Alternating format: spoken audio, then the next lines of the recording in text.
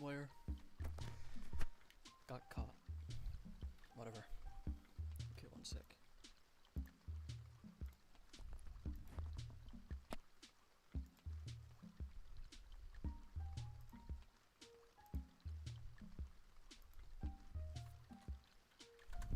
Now, it might be a bit better.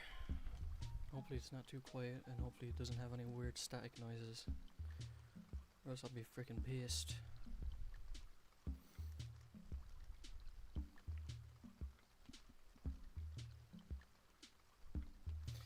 It's a bit quiet. I might turn the gain up a bit more. I'm still learning how to do things. I could probably just do it turning my music down anyways. Yeah. That's probably better. But yeah, you read the stream title. I'm playing Gator game because I like Gator game, and it's kind of been absorbing my life for the last week. Damn it. Okay, I'm gonna launch the game now and get into it. I already played a bit of it, but yeah. It's sick. Also, a new Lethal Company update dropped, which I might check out later today.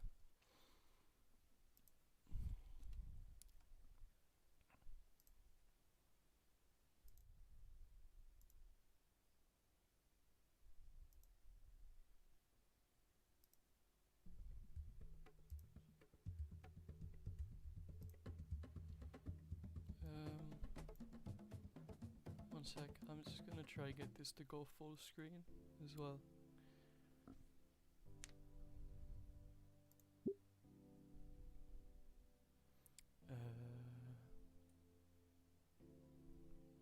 Oh, here, full screen.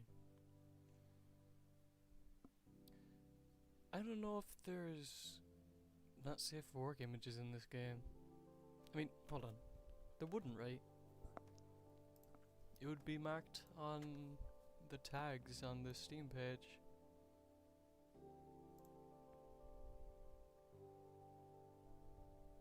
Yeah, there is none. Okay, I'm just gonna keep it on because why the fuck wouldn't I? I don't really give a shit what anybody thinks. Call me a furry, but it's not gonna matter to me because I already know I am. Yeah, let me just turn this up a bit. And I want to make sure that it doesn't sound terrible on stream, so just bear with me.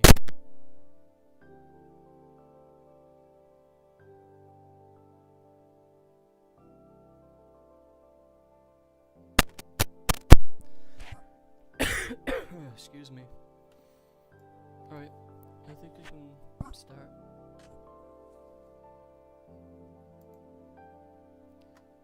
I had already played a bit of this game a while ago. I have like 3 hours on it right now.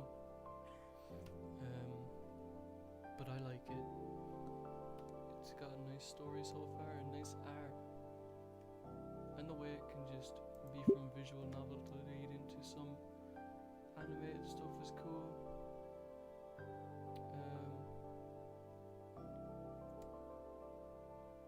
But then again, this is like the first or second visual novel game that I've played. Okay, I'm gonna continue from where I left off, which I think is here. Okay, what did I stop playing?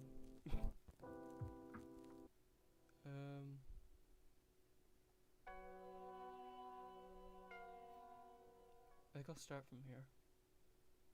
I remember where I left off because last time I played this was on the 7th. It's the 12th today, so what was that, like 5 so days? I don't know, I don't do fucking maths.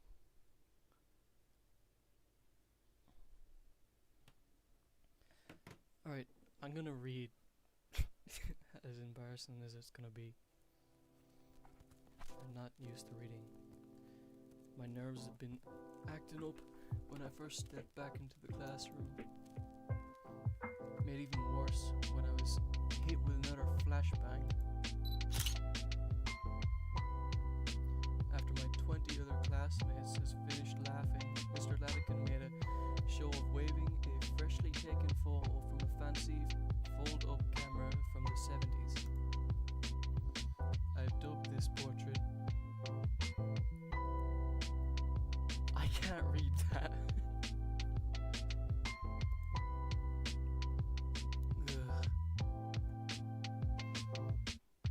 After he thumbtacked the shot on the corkboard filled with poor snapshots of everyone else, Mr. Latican reassured me and sat me right next to Ben. He managed to sum up his syllabus in under a minute.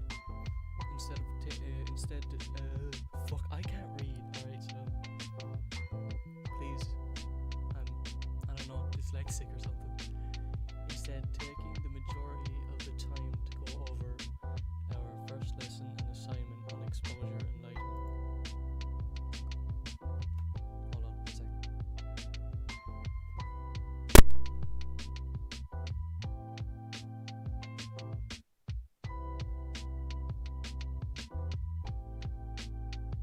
Game is way too loud.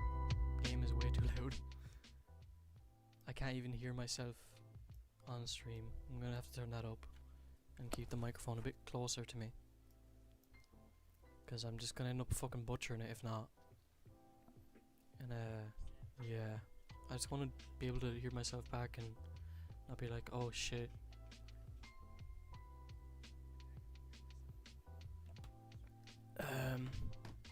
I need a new microphone anyways. My desk mic broke, and that pissed me off because it was decent enough even though it wasn't the best. Yeah, okay, I think I can get back into it. With each new light fixture he brought out explained, I felt my mind swirl faster with new possibilities of old shots. If only I had that then, or if I could have used that there.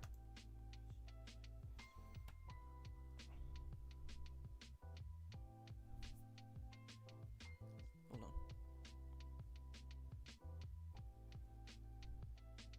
This is my last mic. Everything else I ever tried to do now, it would just be quiet. It would be silence throughout the entire thing. I need more money for more mics. I want a better one. And I need to learn actually to properly set up my fucking stream deck so everything doesn't sound like shit all the time. Now that you've had a small taste of it, we'll start on your first photography assignment, proper lighting. I'm salivating at the thought. Mr. Latican had just finished his first lesson where he'd handed out all sorts of equipment to look over. It's the first time I've handled some of these things, like the enormous box light that was still taking up the entirety of my desk. Let me know if I'm still too quiet. Become a VTuber. Maybe. Remember though, that these are just tools meant to enhance the photo. You can highlight a turd all you want, it's still a turd. Well, that's one way of describing it. The crude language guarantees a chortle from the few half-listener students. Half-listener? Half-listening. I need to read before I speak. The teacher looks over to the clock and hums. Well, I see that we managed to finish this lecture a tad bit early. Why don't you all take these last 10 minutes to compare notes? Maybe even consider doing the assignment as a collab piece with a classmate. The room is quick to fill with sounds of chatter. I wonder if Hey, I turn to Ben and see his eager grin. Do you want to join? Do you want to do a joint piece? Since you don't have any good spots in the school at all. Since you don't know any good spots. I mean, I could just walk around and find one.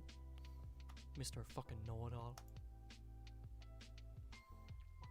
I pull out the assignment sheet from beneath the lightweight light on my desk and give it a quick scan again. Present a set of photos demonstrating your understanding of proper lighting. You are allowed to borrow one lighting tool and must take the shot on school premises.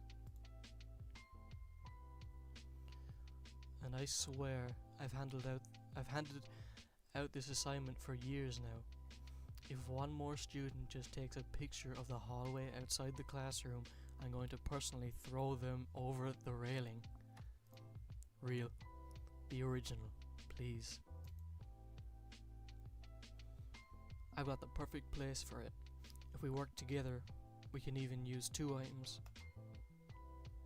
The offer is too tempting. Sure. I hold out my hand and Ben takes and shakes it, sealing the pact. My face is feeling weird from all the smiling today. Real. But in truth, I'd been enjoying Mr. Latican's class so much that I couldn't stop. It feels like I've the entire world to gain from Mr. Latican's lessons. And the entire world to explore, seeing as ever since the move I hadn't had time to actually explore give me a sec. Val Caldera Bluffs. Fuck, I need to learn to read. I need to read more. Sure, on occasion I go out my own to parks and stuff, but who doesn't?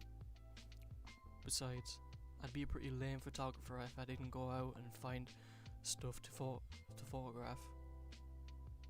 Pyro Live, thank you for giving me a notification called OJ Simpson. And you know what? I've been meaning to do a little looking around here. So to everyone else, this assignment makes them have to explore the school, but I get to. Pretty sweet deal if I do say so myself. The hall outside the classroom is only one major photo opportunity. Between that and the murals outside, I'm certain to find something cool. No, the murals won't work on their own. I think Ben's getting a bit impatient. Since it was my first thought to use them, that means it's likely someone else's first thought. Ben said he had a place. I need to think outside the box a bit. Think of some way to use the school's architecture to my advantage in a way that my thoughts are disrupted by a worry-looking bed. Maybe you should see a doctor, man. Head injuries are no laughing matter. I'm fine. What were you saying? I was asking how you were doing, with school and classes now. Oh, right. Doing good. Really good, actually. I'm in a class that I'm 100% enjoying and starting to make some genuine friendships.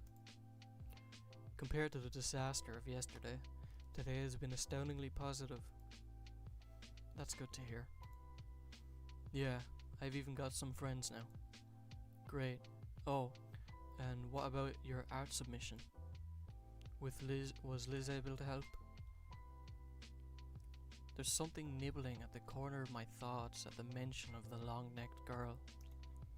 Yeah, she gave me my login stuff and everything. Uploading the submission was a piece of cake after all. Awesome.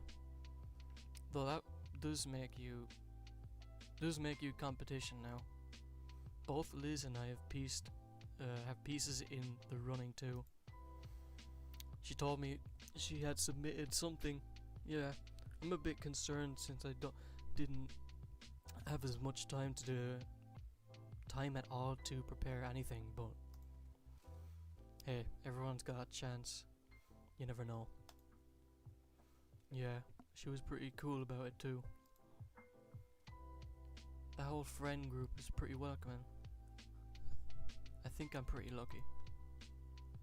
Lucky? Ben seems perplexed by my statement. You said something at lunch when Olivia vanished. I'm noticing for a silent paraplegic. I'm I'm noticing for a silent paraplegic. She sure has a lot of people upset. You got some hidden drama with her too? No, not really. Wait, two? Who? Latigan calls out to us, striding over to inspect. Hold on, I'll be back in a sec.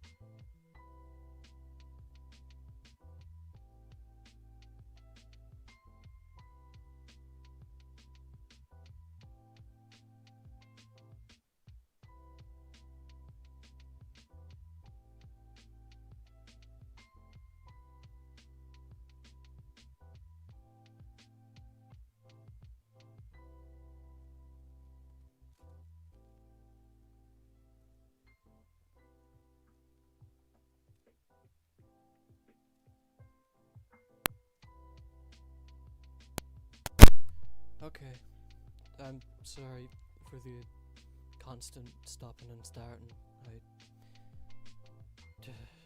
I don't know if I want to talk about it right now.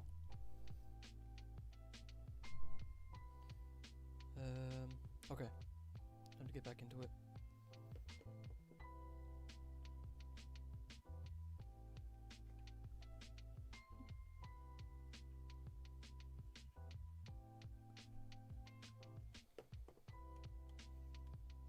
Sorry, I'm just setting something up.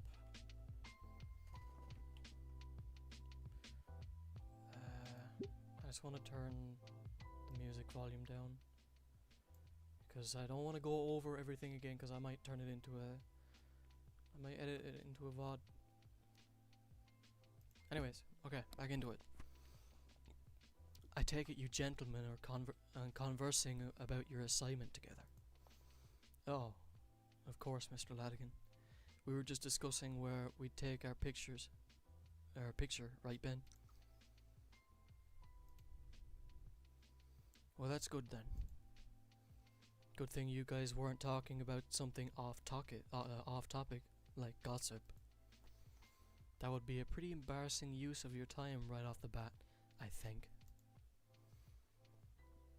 Especially considering you're currently the subject of some fairly humorous gossip, aren't you, Mr. Nito? I like his hair. Just wanted to say that. I'm awash in a wave of shame from his words. I look at Ben, and I can see he feels it as well. If the air around someone needs clearing, clear it yourself. Ladigan has a point. Maybe once a friendship is established, I can learn more about her. Alright, off you go now. And remember to get your assignment done by the end of the week. The room empties out slowly. Most of my peers still chatting and discussing their plans for the assignment. Before I can continue talking with Ben about our project, the Stu co-president is already packed and exiting the room. Guessing we'll talk later then. Packing up my own notebook, I wave goodbye to my new favourite teacher and head off to my next class.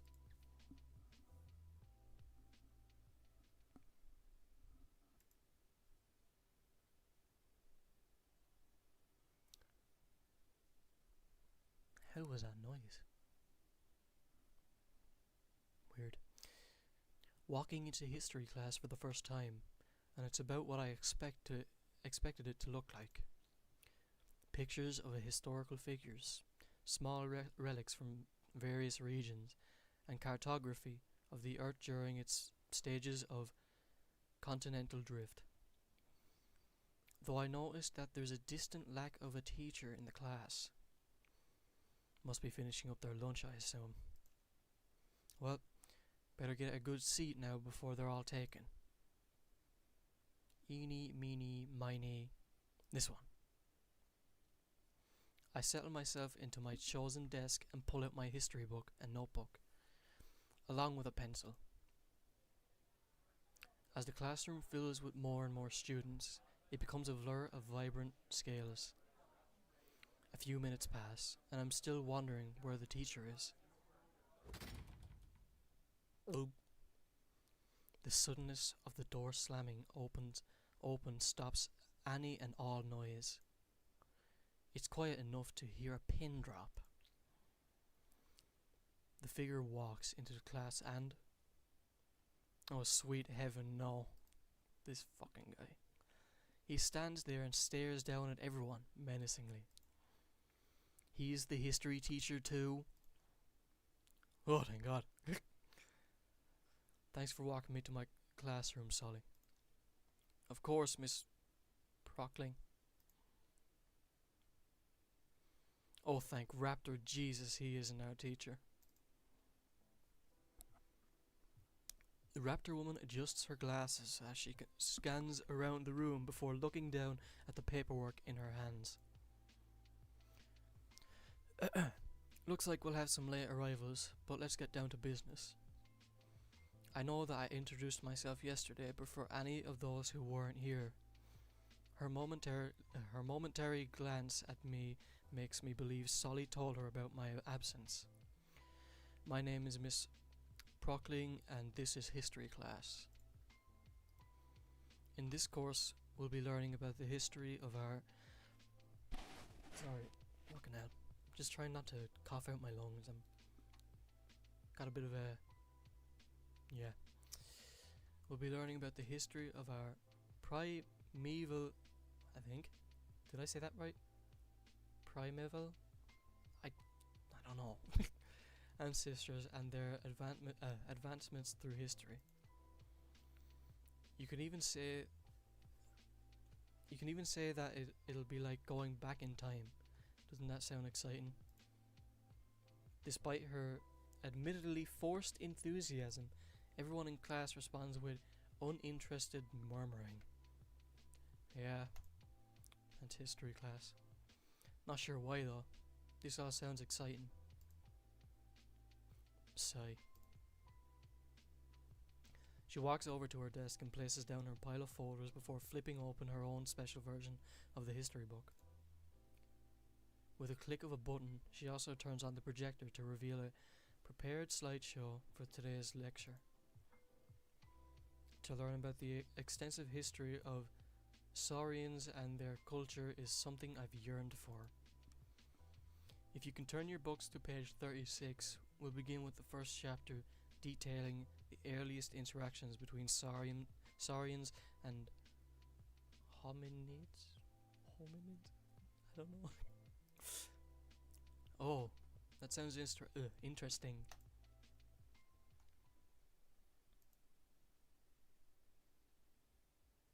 I think I jinxed myself. Miss Prockling's history class is the polar opposite of Latican's photography class. Boring!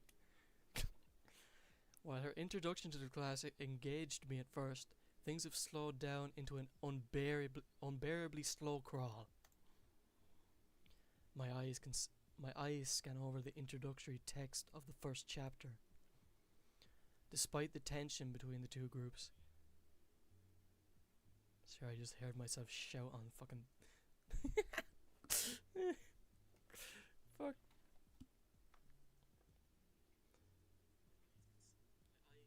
Okay, I'm just making sure I'm still being able to be heard. I don't have viewers, so it's hard to tell if I can be heard or not. Fuck. Despite the tension between the two groups, human settlers to the New World would continue to make overtures of trade to the native velociraptor tribes. Pretty sure I've read this line 3 times now. God, that is so real. I tear my eyes away from the page in hopes of blinking the boredom away. I look up to see the teacher staring at various papers on her desk with laser focus. I must have stared too long though, because I end up locked in a staring contest with Prockling.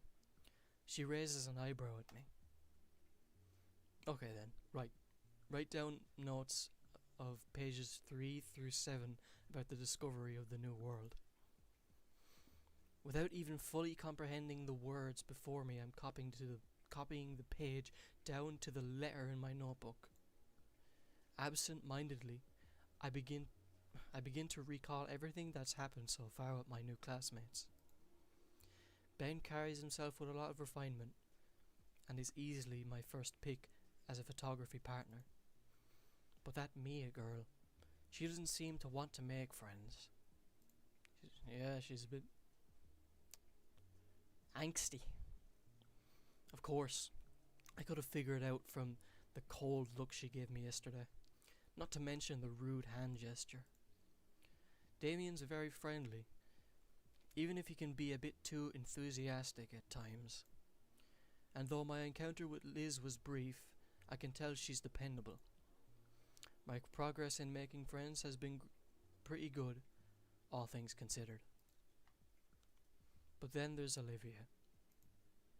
So far, she's still an enigma. And coupled with the apparent history she has with the others, it makes me all the more curious about her. Liz said it would be a bad idea to get invested, but in the end it's effectively gossip and hearsay.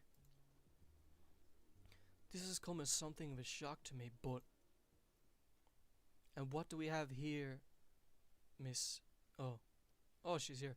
And what do we have here, Miss Halford? The sudden voice of Miss Brockling snaps me out of my thoughts. I lean my head to the teacher, looking down at... She's so pretty. Wait a minute. Olivia's here too?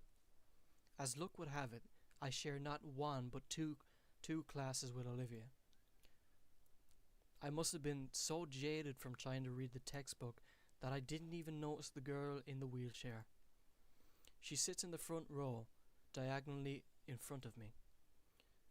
And I don't think she's noticed the strange twist of fate herself. Only the second day of the school year and already drooling in class again. Huh? What do you mean? She proceeds to pick up the piece of paper on Olivia's desk. Looks like she's been drawing on it. And, though I can't tell what they are from where I'm sitting. Listen, Olivia, I know history isn't the most exciting subject to learn, but could you at least pretend that you're taking notes? The only response I hear from Olivia is a heavy sigh before leaning her head back down.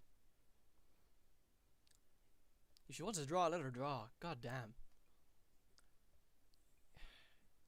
Here's what I think. Alright, here's what I think about any of this. Okay. If I was a teacher and I caught, like, a student with a very good talent like she does for drawing, I wouldn't really be interrupting.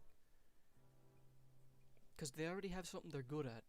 If you let them do what they want and whatever, like, interrupting them is just going to make them kind of, pissed off. I've been called out for fucking, like, just doodling shit in class, and it has pissed me off and just made me annoyed for the rest of the day. But that's just me. Yeah.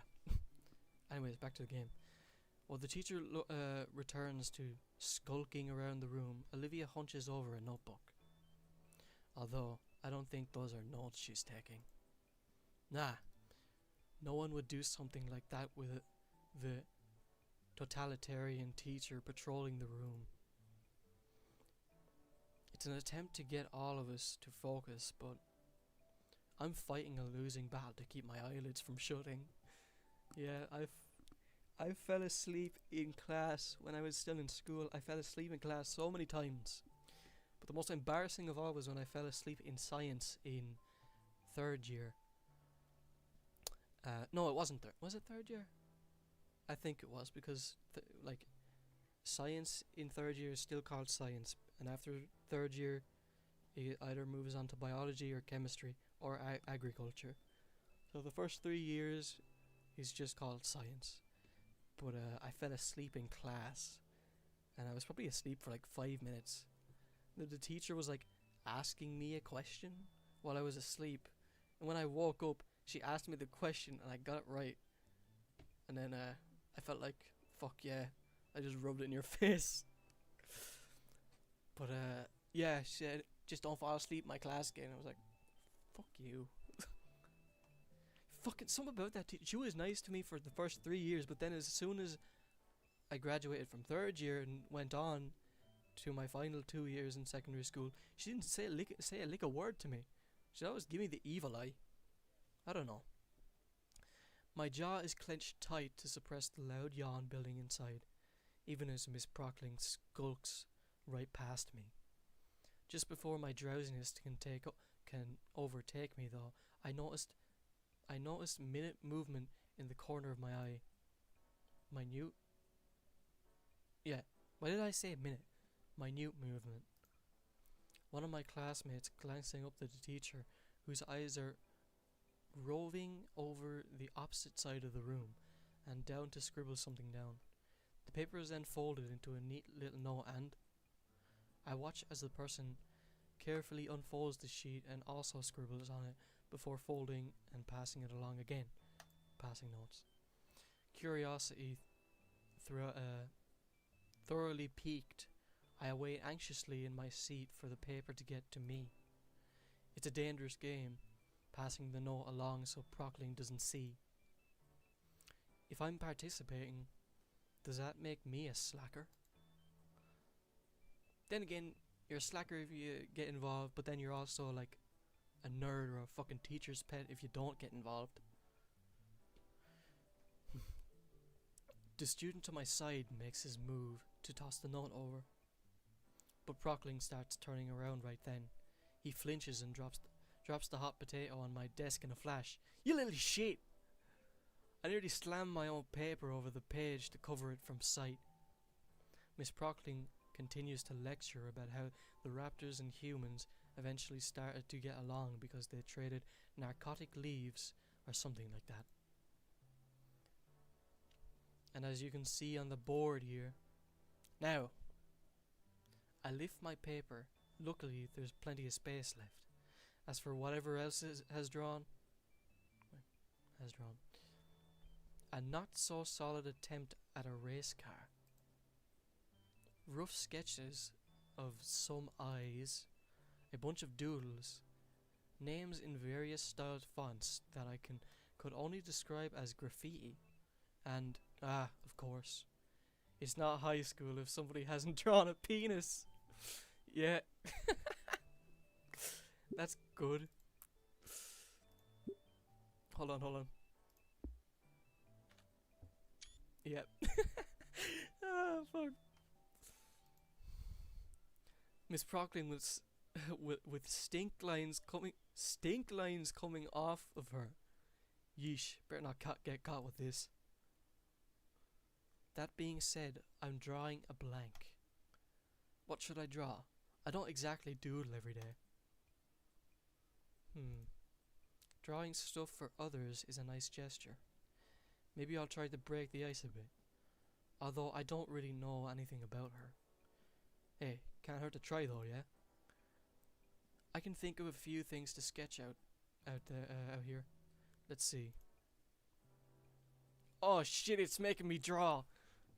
But luckily, I have a thing for drawing. So I can at least try. This is gonna be so butchered. Because I don't draw on this. I can't use it. Hold on. Is it plugged in? Oh my god, okay. It's just not plugged in. Phew. I thought for certain that I would be stuck with using my mouse to draw. Fucking hell. I gotta plug this in to the back of my PC. Give me a second. I can't really move it because my external hard drive is in the way. So I gotta make it careful. Okay, there, I got it. Please let me draw with this. Yes, I can draw with this. Sorry if I'm being loud. Okay. Okay. You're gonna have to bear with me now, right? I wanna draw her. Give me a minute. Like, I'm gonna be here a while doing this because I am not good at like sketching on like a desktop kind of thing and whatnot. Like, I'm terrible at it. But I'll try and I'll butcher it because I'm a fucking idiot. I'm only good with paper. And then again, when I go to use it, like, I trace my own art because I can't sketch. There is a child outside annoying my dog, like pointing at my dog that is barking. That's annoying. Anyways, time to draw her. Alright, I'm gonna try my best. Don't judge me. Wah. Okay, so it's like this, sort of. Oh shit, no. Get that off. It's just a sketch.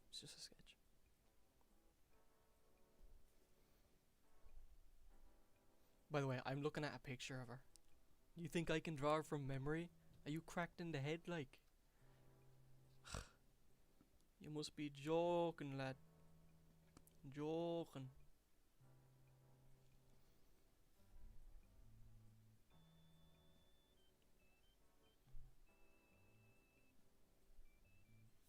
So far, so good. I think.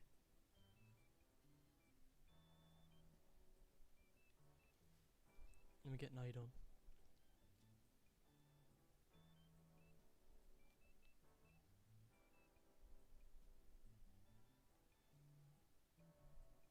I'm gonna have to get rid of the fucking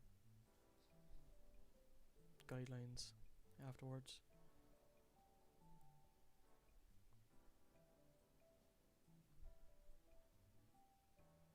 I wish I could zoom in. Oh shit. You fucker! Ugh!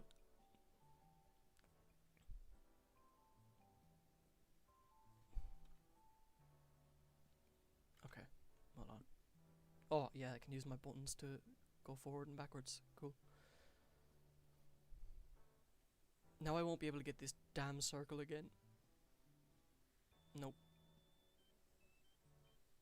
Nope. Nope. Okay, fuck it. I'm just gonna draw without the fucking guidelines. It's probably gonna look like shit though.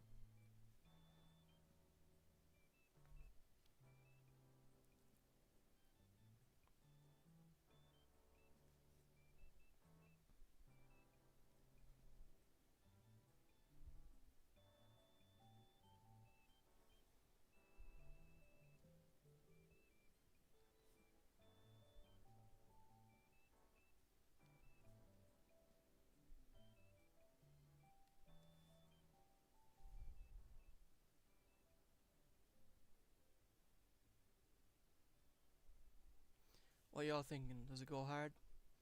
Does it go hard or does it go hard? You tell me. It's going hard right now.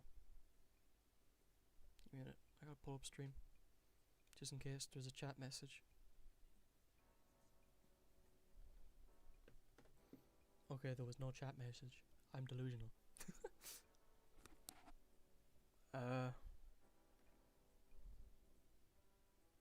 Hold on.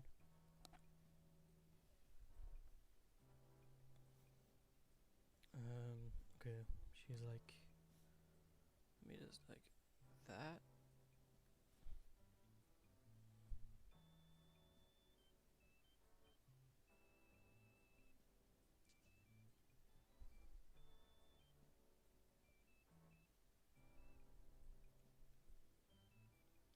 This is so cool. Having a little drawn feature in it. I know it's just something simple, but like, it's just a thought. You know?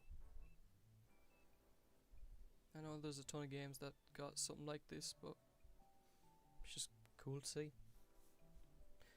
That's all I got to say.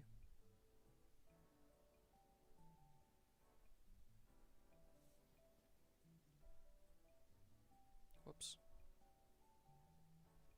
Whoops. Whoops. It'll do for now. Just leave that there. She's got like little freckles. It's draw right, bro.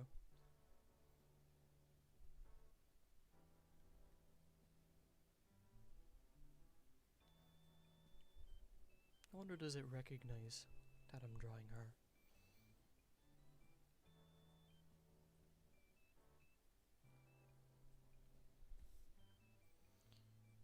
Probably not. But I don't give a damn. I think I drew her a little bit too happy. What am I saying? She deserved to be happy. Why would I draw her depressed? She's already depressed as it is. Oof, that's not gonna look good.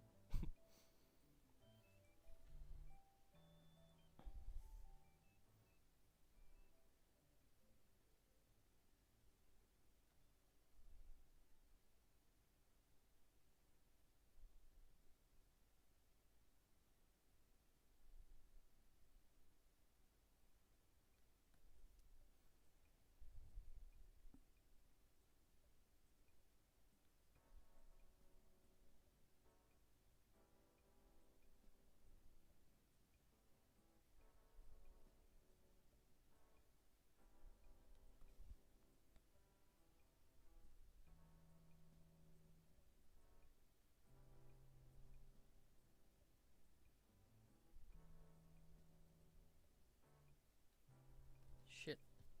Hold on. I'm just gonna leave that there for now while I do this other eye. I just wanted room to do it.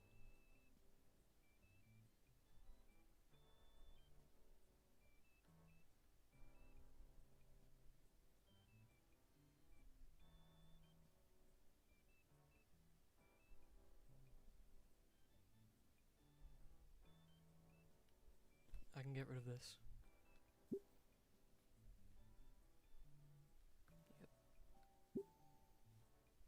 Chat, does it go hard? Tell me, does it go hard? Like, am I cooking? Am I doing peak?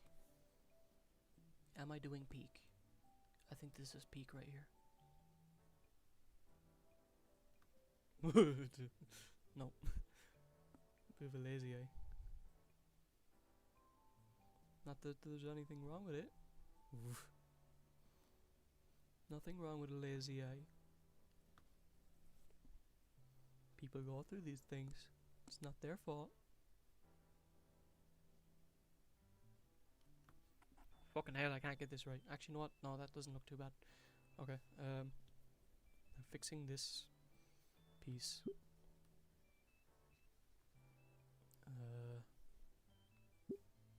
That does look like shit. Whatever. I could just like bring this out a bit more. Yeah.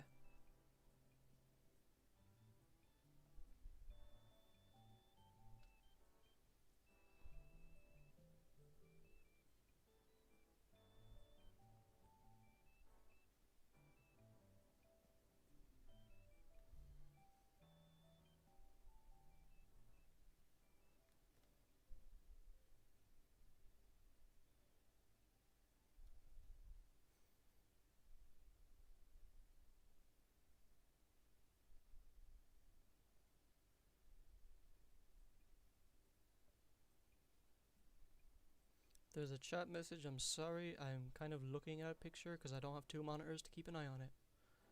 So you're gonna have to wait. Bear with me. There we go. Chat, does it go hard? I think it goes hard. Is it a bit weh? Yeah, it's a bit weh. But, you know, it is what it is, man.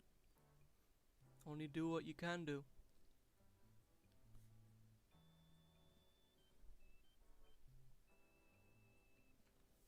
I could change that neck though. It's a bit too... Whoops. That's not good. Do not hold down the undo button.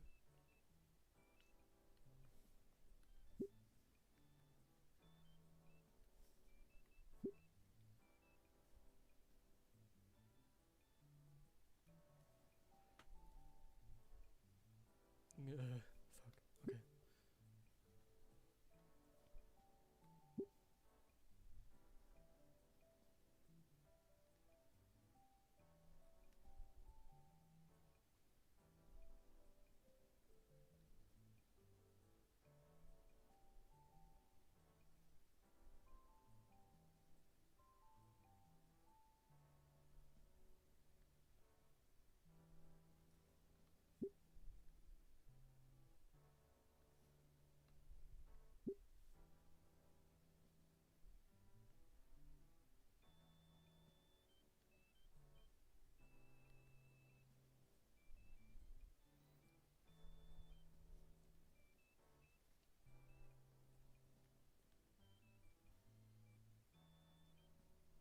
Anything I'm missing?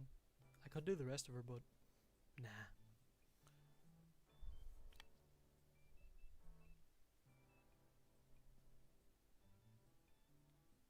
That's an ugly ass hair. Wah, wah. Perfect.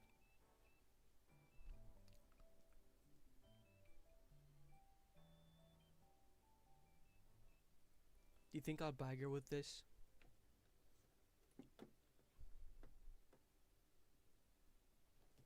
Give me a sec. I got a major itch right down where I have a massive fucking bit of healing to do. It is unbearable.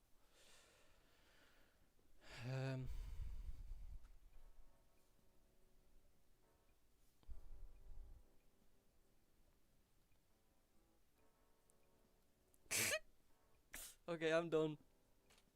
There's my contribution. And give it to her. And done. I didn't have a lot of room to really work with, but as I cannot read that. admire my work, I find that I have a long way to go.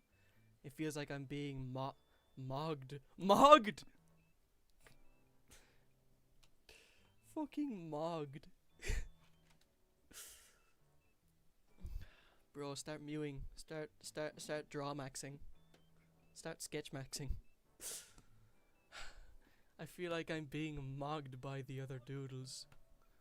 Alright, Olivia's sure to like this. It's just her. It's a crudely drawn picture of her. Miss Procting is still turned around. Alright, wow, she was turned around for 7.5 minutes.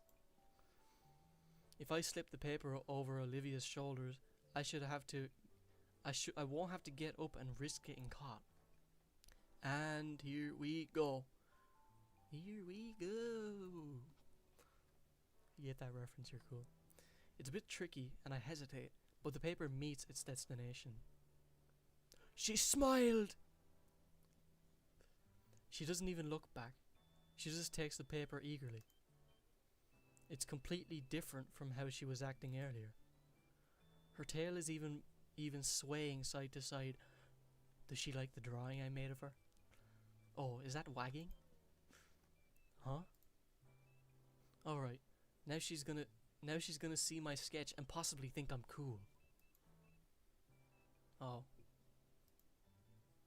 She's not turning around. Well, it's not much. So it could also just... I'll be taking that. Fuck you, bitch! Miss Procting snatches the paper from Olivia's claws, then holds her arms out. She takes a glance at the paper and a small crack of a smile appears on her face before going back to its stoic visage. So is this how you view me, Miss Halford? Did she draw a big ugly sketch of her? Procting holds the paper up for all to see. Everyone in the class does their best to avoid her persecuting gaze. I know that most of you were a part of this as well. Look, I'm not asking for much. Please do your assignment when you're in class. It's the least you can do. She looking over her. We were just passing a note one at a time. She wasn't even paying attention. Yeah, how come all of us are in trouble?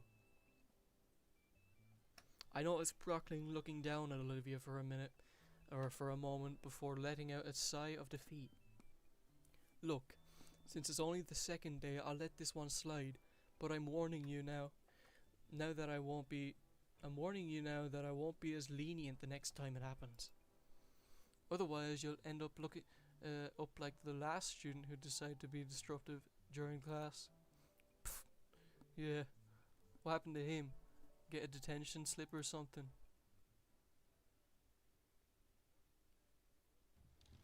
Miss Procting pulls up the window blinds and pushes the window screen open. She then takes out a walkie-talkie. Solly, yep, another hippie seat H4. Oh, fuck off. Good job, soldier. Asshole. Now if we can, let's continue. Well, we're on the second floor. We're on the second floor. I sink back into my seat and continue writing mainly out of unadulterated fear of experiencing the same wrath from the teacher. Man, now I feel guilty for Olivia. I was the one to pass the note to her after all. Maybe I shouldn't have even tried. Well, I can always apologize after class. Miss Procting places the note and continues with her lecture for another half hour. Jesus Christ, oh wow, we were only like 10 minutes into the fucking class. For me, each class for us was like 40 minutes long. With 10 minutes of class left, I see Procting looking at the clock above the door. Then I notice Olivia grabbing her attention, and as if she knew what she's already going to say to her, the teacher nods her head. Olivia grabbed her backpack and shoves all of her things into it. Probably get to leave early. I got to leave early in a few classes for reasons I shouldn't really talk about right now. In silence, she wheels herself to the door, opens it, and rolls out. The teacher must have noticed me watching her leave. Accommodations. Well, there goes my chance of saying sorry to her. Feeling defeated, I decide to focus on writing down my notes for the rest of the time left. Although I do wonder. She must have noticed my doodle. Did she just ignore it then? Class comes and goes, and I head back home on the metro.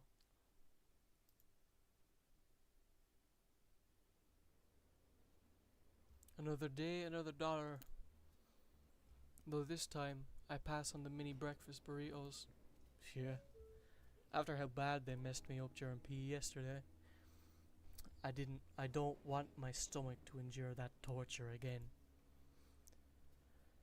Instead, I just got a few hash browns from a fast food joint by the metro. I idly scroll through my feed, as I usually do, with the metro jostles about to my destination. It's been a few days now, and the strange scent of extremely cheap detergent and alcohol have become an afterthought. Some of the vines are actually plastic, and the flowers are little air fresheners. That's not actually something I noticed. More so witnessed with when a passenger tried eating one. Some of the vines are real though. For some reason, they go untouched anyways. Maybe they're just not tasty. Vegetarians don't eat the grass in their lawns after all. Right? Huh. Oh, it's this guy again. Anyways. The lights have gone out and someone just dropped a wrecking ball next to me. Must be Mr. Ferris. Good morning, Inko. Good morning. Has work been going fine? It has. Slowly, but I'm very thorough. I hate the idea of a place of learning not being an ideal place to learn. And I appreciate our talks. Your perspective has really helped me understand the student body more. You're welcome. Hey, have you given any more thought to the fashion thing? I have, although I can't say I really get it. There's plenty to see everywhere if you just look around. Really? Like what? Well, look at that girl on the other end of the car there.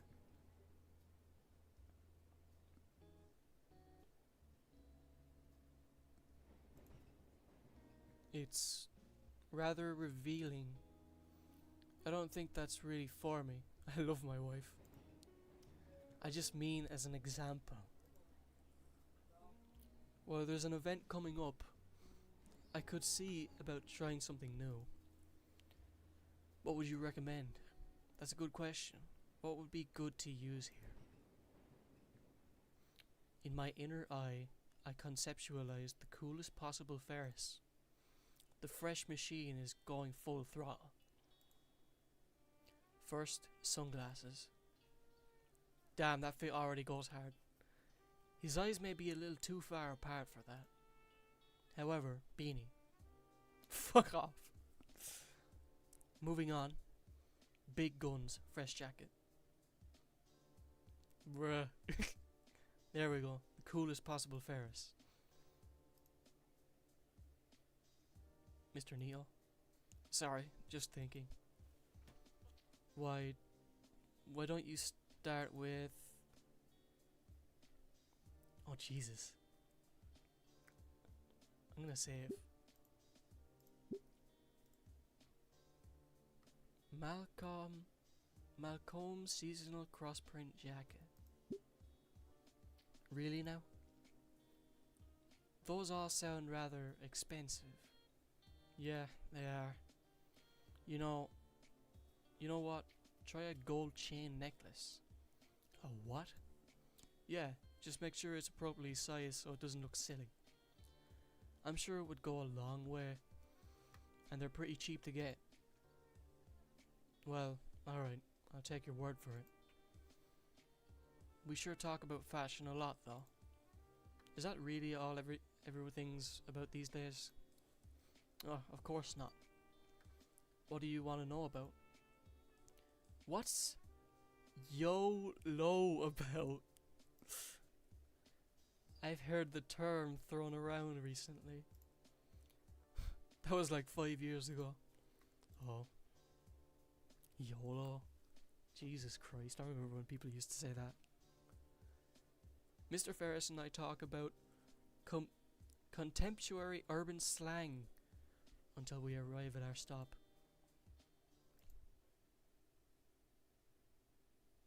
Ah, art. Mr. Latigan has just started talking about our first project for the class. Whoa, she looks happy. I need to put that down as American history. As soon as he'd said the word, Olivia's hand had shot up. Her grey eyes sparkled in excitement, and a smile threatened to crush the perpetual frown etched on her snout.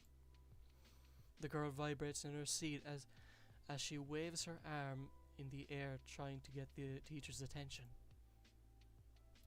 Latigan's old smile was strained as he and Olivia engaged in a staring contest with one another. I could only marvel as the two argued? Why arguing? Two argued with each other without a single word. Eventually, Latigan won by turning off the lights and turning on the cheap projector hanging from the ceiling, and playing a safety video about paint that felt far too graphic for a school setting. What are you talking about? What do you mean? What do you mean by that? Why didn't he answer? I don't think I'll be able to eat barbecue for a while. Why? Damn, she's not having it. Thoroughly defeated, Olivia crosses her arms and pouts in her seat. And that is why we won't be using any more exotic materials from any projects, Miss Halford. What do you mean? What's the problem with? Ugh. Maybe I should have just skipped breakfast entirely. Yeah, that's more like her then. I don't see the problem. Once you've all had the proper safety handling course in the second semester, you'll be allowed to use oil-based paints. She already looks very experienced with it, with what I've seen that she's done. Until that time, however, all the assignments will require safer supplies. I didn't know that some paints were considered dangerous. I knew that they were dangerous from eating them. Not saying from experience, by the way. But, yeah. Now, since we've pivoted to this, might as well finish the full video. Great. Sip. The grumpy Gator holds a hand to her throat, mumbling to herself as she grabs a metal flask and drinks from it. I want one of those flasks. I used to have one. The entire display from her was mystifying, at odds with how Ben and Liz described Olivia. In fact, it kind of reminded me of me. Damn, bro. She just like me for real. I can understand why. After all, Latigan is letting Ben and I use some of his equipment in photography. What has everyone got against her? That thrill of experimentation of new possibilities. No doubt that it brings a creative sparkle to her eyes. Eyes that fill with pure malice as they glare daggers my way. Oh, was I staring? Oops. Before I could offer an apology, she already had her hands on the wheels. She rolls up to Latigan's desk. He leans forward intently. I can't make out anything that's said through the video, but going by the occasional glare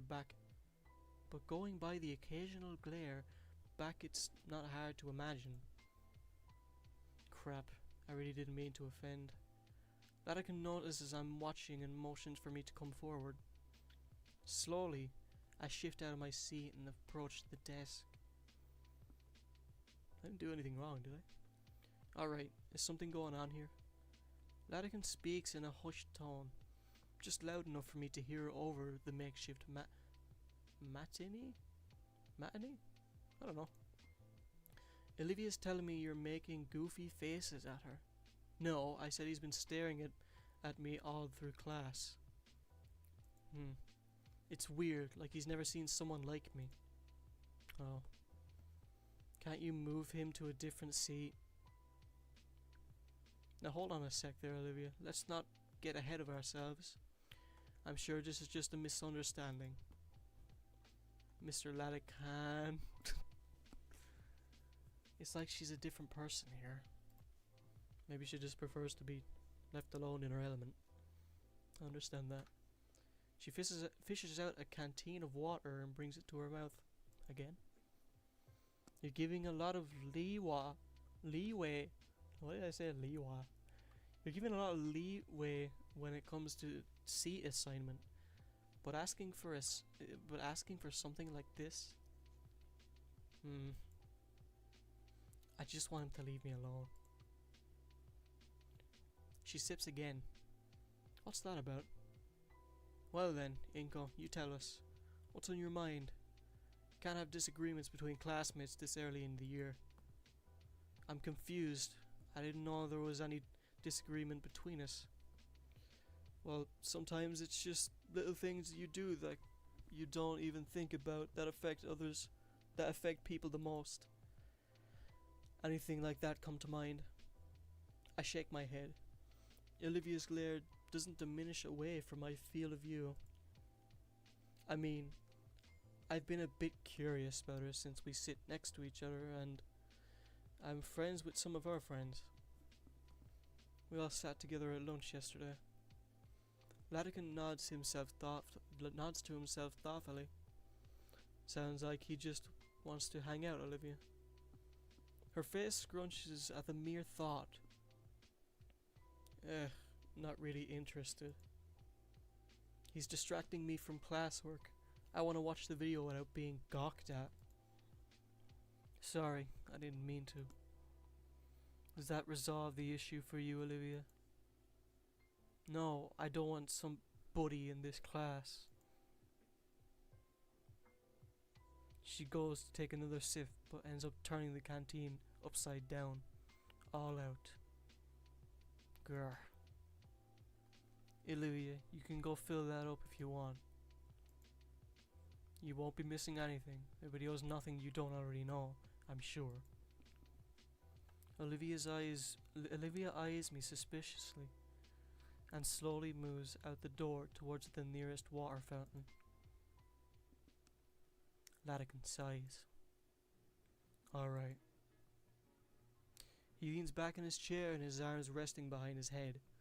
Inko, I told you yesterday, if the air needs clearing, to do it yourself. Now she's in a mood because you were staring at her like a weirdo. And here I thought you two would get along. She even gave you that sketch she made of you. Truthfully, I am impressed. But here we are. What's going on, big guy? Again, sorry. It's been a pretty busy few days.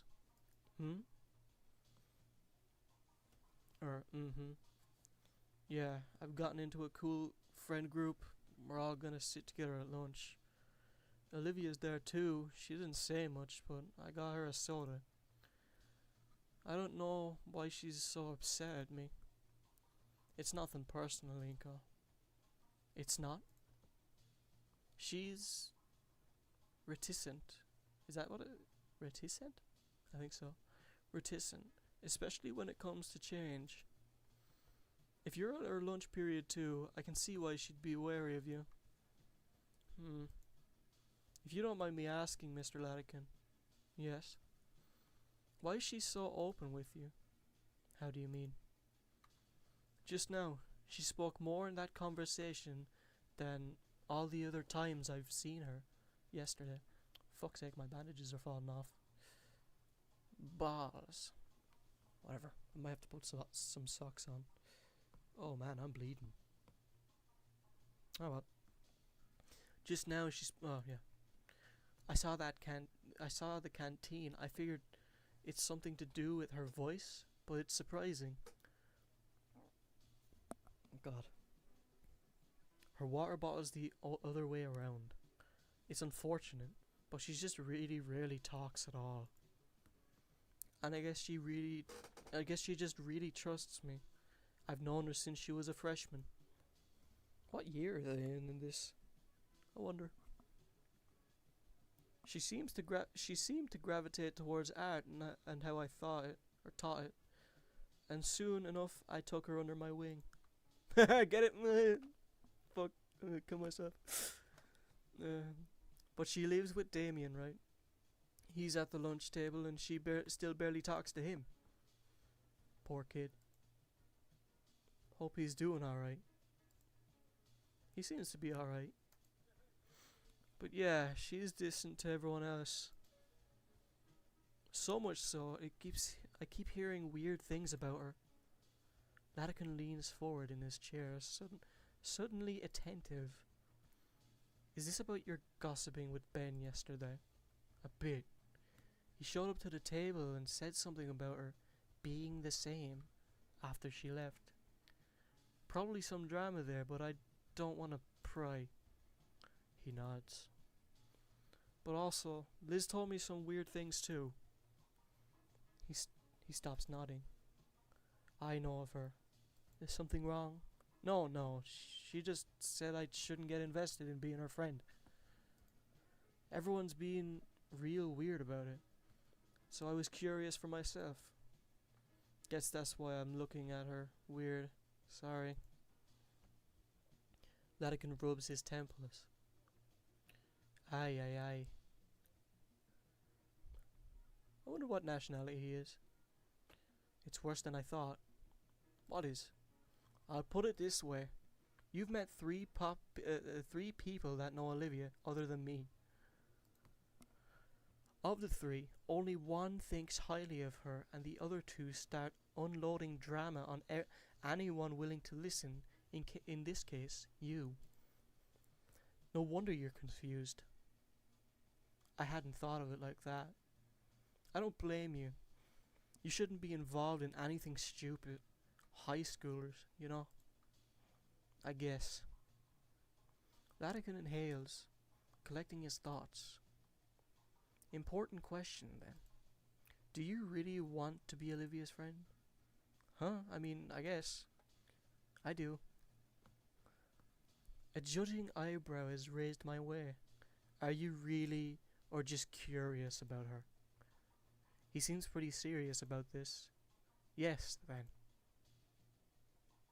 Olivia returns to class and rolls right back up to the desk. Back. Have you changed his desk yet? Latican nudges his head towards me, expectantly prodding me on. I'm sorry I distracted you during class, Olivia. She looks to Latican and gets a similar nod. Sure. I mean, you're welcome. I mean, thanks. Shit. But, no, really. I don't want to be distracted. Come on now, Olivia. The least you could do is give him another chance. You never know. I don't really want to. I don't really want to know. I get he's, like, friends with Damien, but I don't really want to, you know, not in this class. But I'd like to be your friend. She stops and raises an eyebrow. Lots of those going around recently. Like she was expecting this response. She looks to Latican for help. Actually, Olivia, I also think he'd make a good friend for you. Oh. What? His words were like a battering ram. I'm simply saying to give Inko here a chance. I could almost see the imaginary bulwark she hid. Sorry, I'm just trying to situate myself a bit more comfortably because I've got a condition where I gotta keep my feet up so I don't rot away a certain part of my body. My feet. My feet. It's my feet, okay. Nothing else. I could almost see the imaginary bulwark she hid behind, slowly crumbling from what Latican was saying. You are both quite similar at heart, though you may have different methods. Perhaps you'll find some compromise behind cynicism and naivety. I think that's the word. Naivety? I don't fucking know. If you work together. Finally, the last fragment of her imaginary fortress collapses. Olivia can only look at the art teacher with timid confusion painted across her features. Well, I don't. Are you for real, Mr. Latican? I am. He's actually in another class of mine. I've seen him. He's passionate about his camera like you are with a brush. And I do expect great things from him. Okay. Sorry, I really thought, Oh. Oops, she accidentally bit her tongue. Her mouth is clamped shut. It's just my opinion. You can make your own choices, Olivia. She nods furiously. Oop, the movie's about to end. You two should get back to your seats. We good here? Olivia side-eyes me again and nods once more. Alright. He motions for us to skedaddle. Olivia backs away to her spot. Thanks, Mr. Latican. For what? I just gave an opinion. I'm serious. It's up to the two of you if you want to be friends. Don't screw it up. He waves me off again and gets up to flip the lights. I get back to my seat and stare absent-mindedly at the projected screen as I digest Latican's words. He said he only gave his opinion, but it seems like he also gave me an opportunity to take the right steps in connecting with Olivia. And with what he said about her being passionate with a brush, it's gotten me even more curious about her artistic prowess. Speaking of whom, I noticed that she occasionally gives me a side-eye. I don't think she can see my eyes due to my dim light. Give me a second, my bandages are falling off and it's really distracting me. I put them on perfectly this morning. I bandaged the fuck out of myself. Because I know that I don't want them falling off by the next morning. It's really itchy. I should probably take like a painkiller too because they are starting to hurt. Hold on.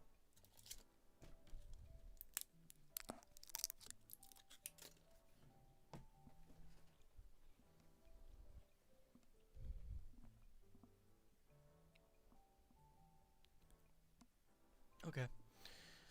Anyways, I don't think she can see my eyes due to the dim lighting combined with my shades. What do you wear shades inside?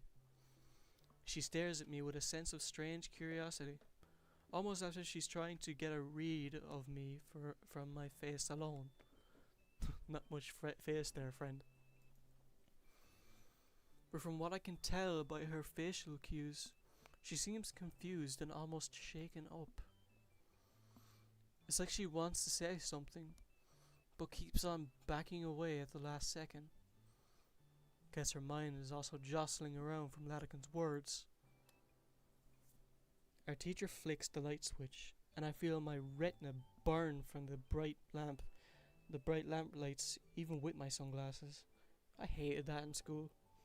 Like when you'd be in a dark room for about 20 minutes or so, and the lights would come back on, everybody'd be half asleep. Really didn't help. Alright. Normally, in your first week, we'd be doing something simple, like like a color swatch wheel. However, I think you could all manage something a bit more advanced. Give me a sec. God, hope that went down right. The Gator girl's head whipped around at the word advanced. Whatever Olivia was thinking before regarding me seems to be forgotten, as she focuses almost entirely on the teacher. Mr. Latican holds up a stack of paper for us to see. First things first, I'd like for all of you to fill out these topic sheets so that I know to understand how to safely handle oil-based paints. Last thing we need is another burnt down classroom. What? How the fuck does that work? The way Latican says those words make me imagine some pretty horrible outcomes. Once you've finished your sheets, bring them to me so I can review them. One sec. Anyways, I'll be giving you the permission sheet after I know you won't set yourselves on fire or poison yourselves. The Allosaur guy in front of me hands back the stack, and I take a page from it before handing the rest to the Diplo. Is it pronounced Diplo or Diplo? Diplo girl behind me. My eyes scan over the sheet.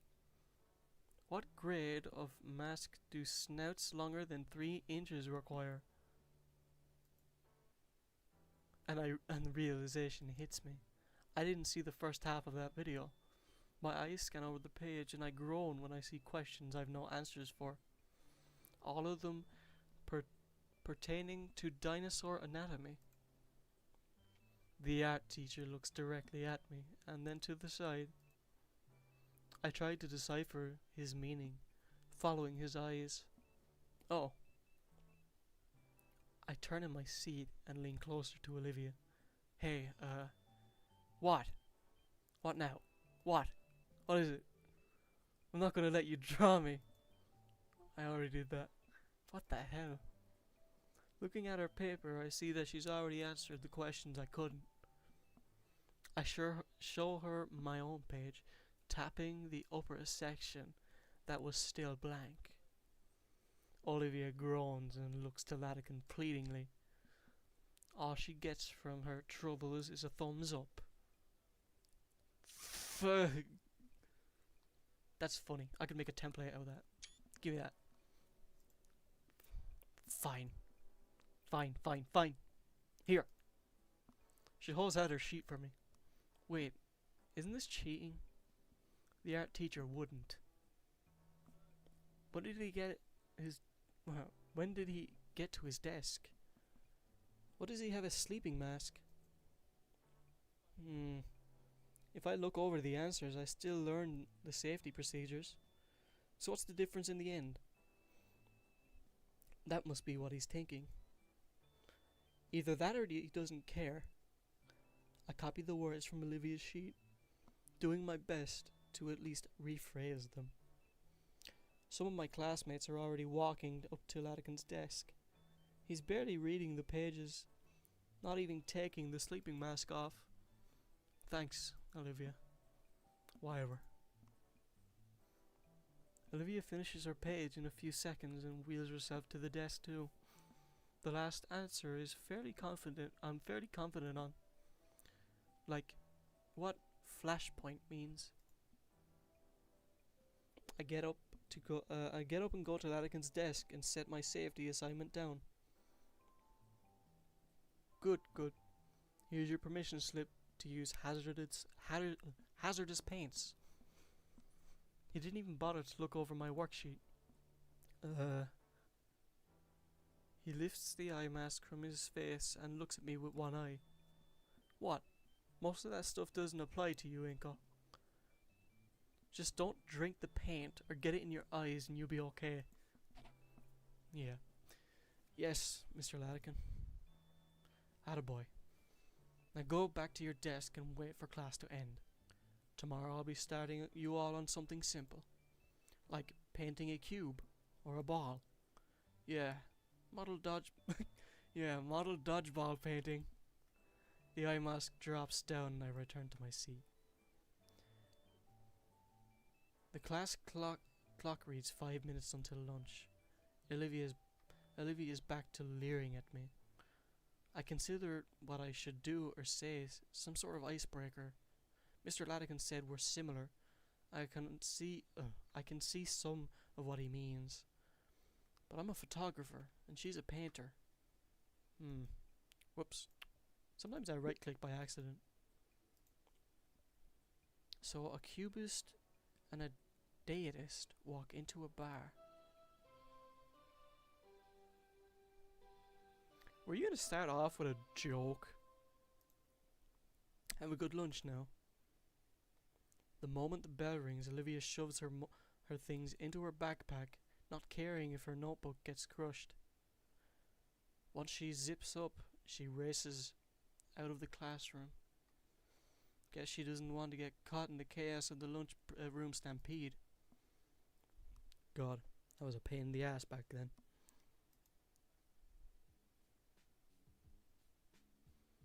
I managed to avoid getting stuck in the frenzy by shuffling along the wall, shuffling along the wall the long way around the lunchroom. It's a bit longer, but at least there's a less risk of getting used as an improvised meat club.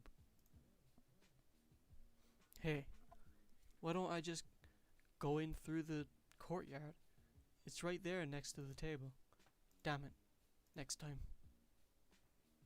Hey, is there a palm tree or something by the table now? Never seen one with a trunk that's green. I get around the last of the crowd and approach the table. Damien's here, chowing down on a sandwich stacked with various meats. And like yesterday, Olivia's already at the table. Hey Damien, you've seen Liz? Thought she was joining us for lunch. Without a word, Damien points to the palm tree next to us. Oh crap, that's not a tree. I look up and see Liz's head in the rafters, prodding at the vines on the ceiling. The ceiling was a lot lower in the computer lab, so I couldn't tell as easily, but that neck is long. Anyways. Hey Liz.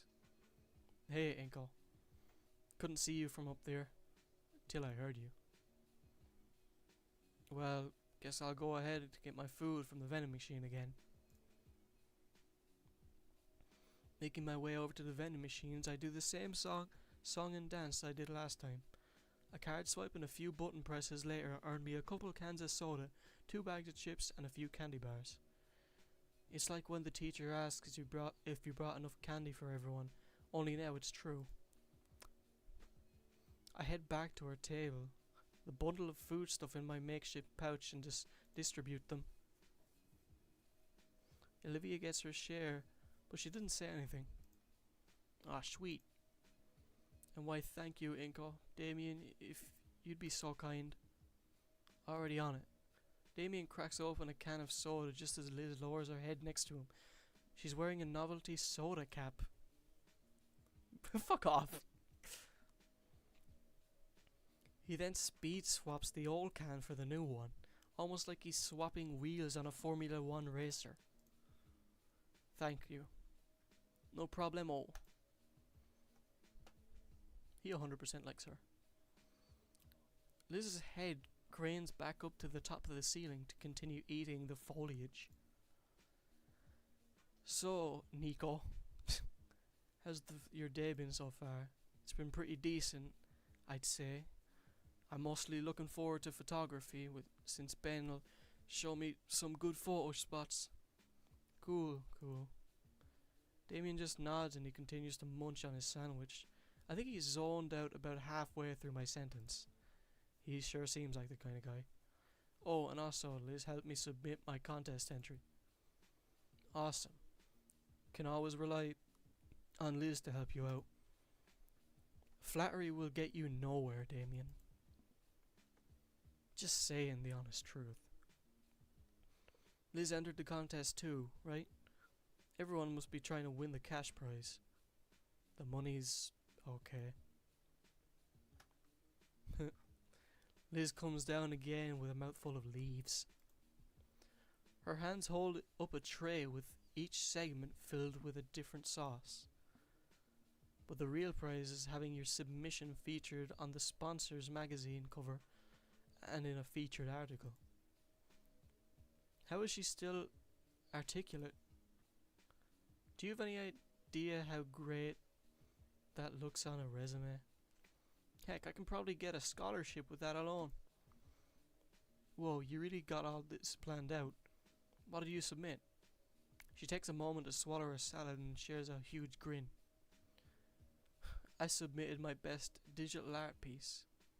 Ooh, what is it? Here. The tray is set aside so she can bring out her phone and show Damien and me in her entry. It looks to be a village townhouse piece. Very rustic and classy. It looks pretty good. Yo, that's so cool. It looks so realistic. Thanks. Took me about a week to really blend in some more fanciful elements into each other. I based it off my grandfather's home from the old country. This is amazing. You can't even tell that this whole thing's digital art at all. Damien grabs hold of Liz's phone and turns towards Olivia. Hey Olivia. She jumps up, having been suddenly made relevant to the conversation she was just spectating. What? I'm not giving these chips back, they're mine. I was just gonna show you Liz's entry. Olivia narrows her eyes and leans over to the image on Liz's phone. She then looks up and gives Damien a quick nod before returning to eating her chips.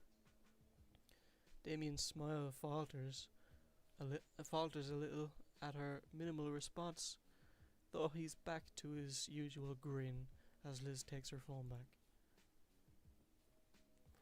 Wow, Liz, I didn't know you were so into digital painting. That looks great. Do you plan on being an artist after graduating? Oh, thanks. Well, no, I don't plan on being an artist per se. The plan is to be an antiques dealer, specifically with art. What's that mean? It means she buys the splattered canvases everyone else uses for money laundering. Ha. No, it'll be the real deal. Real deal stuff. There's a real market out there for it. So I'm taking the AP business class and using the school's prestigious art program. That's actually why I picked this place out. There's a real elite selection of graduates from here. Oh, you're the school treasurer too, right? Sure am. I'm doing everything to make sure I'm ready for the real deal.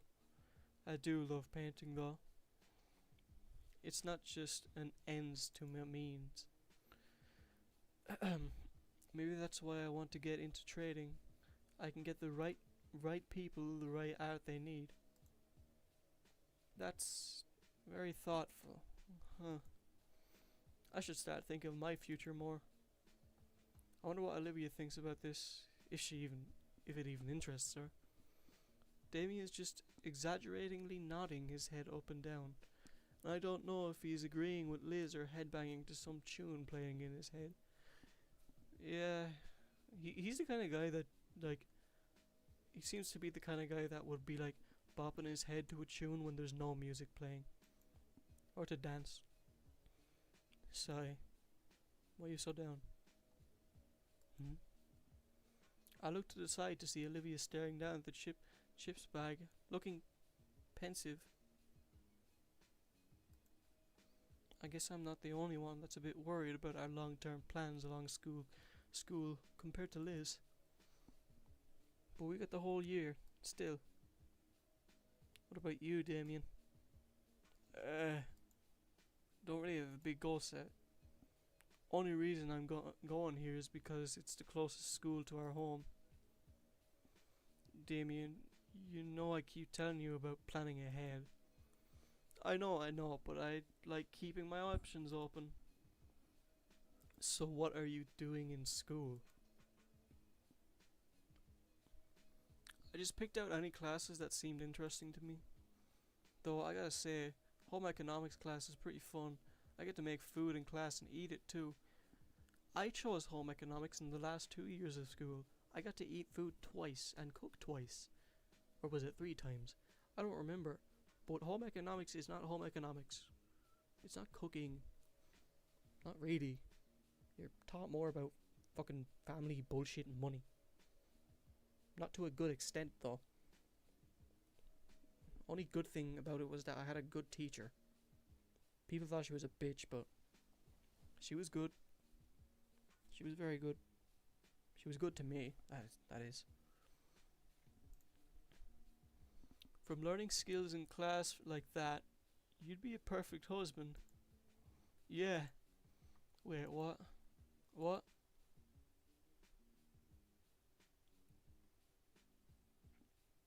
But to get back to my point, that art contest.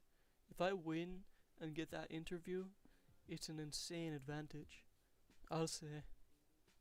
By the way, Olivia, did you submit something to the art contest? Oh. She looks away, slightly defeated. No. Really? Oh crap. I might have I might have chanced then. Hey Liz, that sounds a certain way. Sorry, I didn't mean it like that. Olivia rolls her eyes and merely goes back to munching on her chips. How are they lasting that long? How big are the bags? They don't last that long for me. Mr. Latigan said you were really into painting, and I really liked the portrait of me you'd made. Whoa, she what? You idiot! Why'd you bring that up? Her suspicious leer is now replaced by a murderous glare. Yeah, lunch is the perfect time to eat my feet. I haven't actually seen any of her real work, only something she'd done out of boredom. Olivia's eyes close as she inhales deeply. The air is neutrally returning to her once she reopens them. She looks me up and down again, as though something will be different this time. Can't. What's that mean? Besides, if I could, they're gonna be looking for the best artists here. So you gotta show that to them with how good your art is. But I just don't want them to look at me and feel like they have to give me a reward out of pity because of her situation. Is that it? Did I get that right? Damien's face is frozen mid-bite. I gotta sit down properly, because I sound like an idiot. Does spacebar work? Yes, it does. Okay. Damien's face is frozen mid-bite, his sandwich losing its meat integrity by the second as his eyes flick between Olivia and I. I can practically hear the blaring alarm in his head as his brain catches fire, trying to connect the dots. I want to be judged for my art and not. Olivia struggles to formulate the next words and lets out a weary sigh. It would just feel undeserved. How? Yeah, how? Damien, shush. Has that ever happened before? Do people really do that? You weren't there for it. Some losers used to even tell me to take advantage of it. Why not? That was a bad move. Dude, seriously? Why? So I can constantly get reminded of myself? So I can't separate myself from my work? So I can get complacent being worse, so I can eventually rely on it. So the playing field can be even. That's a lot at once. I'm not sure I got all of that, but I definitely touched a nerve I shouldn't have. No, sorry. Olivia brushes her hair down. Look, I don't want to get awards and praise I haven't earned. I'm seriously not that good. I really wouldn't win. She sighs and takes a long sip of cola. Can I see some of your work? No. Damn. Man, she really wouldn't put herself down like that. Shouldn't put herself down like that. I get it. A lot of students here go crazy at art. Some are probably better now than I ever will be. And they're just starting. It's pretty scary to think about. I mean, like that landscape of the city near the principal office. Landscape? Hold on. I took a shot of it. It's a bit tough getting my camera out now, but with all the books I need for class in the way. I lay out the contents of my backpack, taking my treasured DSLR out blast. After finding the shot in question in the menus, I turned to display towards everyone else so they could see the glamour shot. A freshman made that painting. Just from looking at it, I can see why it won first place. I drew that. Oh. Her name is on it, isn't it? My brain finally made the connection with the signature on the mural. That was you? That much of a shocker to you? Oh wait, was that? Yeah. Quite a bit, yeah, it looks amazing. I mean, it's whatever. I had to have some dumb guy to help me out. So it isn't like I was the one who did it all. So when you say you can't enter, it's because you already won once? Yeah, basically. She looks away from us, eating her chips in silence. I've heard the expression of being one's worst critic, but I've never expected Olivia to kick herself this hard. I'm mentally kicking myself thrice over just from thinking that last part. What? Something wrong, Liz? She bites her tongue or something. Why is she imitating one of those picture plans right now? Liz? What's the look, Longneck? Just surprised to see you in better spirits is all. You're making it weird. Don't make it weird. Yeah, it's been ages, Olivia. To think of Randy like Inky here. Oh, fuck. Hold on. I'm kind of distracted. To think of Randy like Inky here got you to open up like this in just 2 days. He gestures to me. What do you do, man? The girl in question freezes. Damien's thoughtless comments have thrust her into self-awareness. Damn. And she just leaves. Olivia, wait. She's gone. Well, she did give a warning. Yeah. I was just excited she was making good progress. The rest of lunch we'd spend trying to talk about Liz's art project. Art project or process? Process. Damien looked like he wanted to try to bring Olivia back into the conversation, but no one had any idea where she had gone. Still a part of me. Fuck, sorry, I'm really distracted. I should probably change my bandages. I already had today, but they're getting loose. Fuck's sake. Still, a part of me thinks she wants to talk. So why doesn't she? Sadly, a question for another time, as Olivia's departure seems to signal the end of lunch. At least Liz and Damien wave goodbye. ... Leaving to clean up all the trash from the table, including everything I'd removed from my backpack. Darn it. Alright, I'm gonna pause for a minute and save. I'm gonna go for a minute and I'll return. So, just hold on.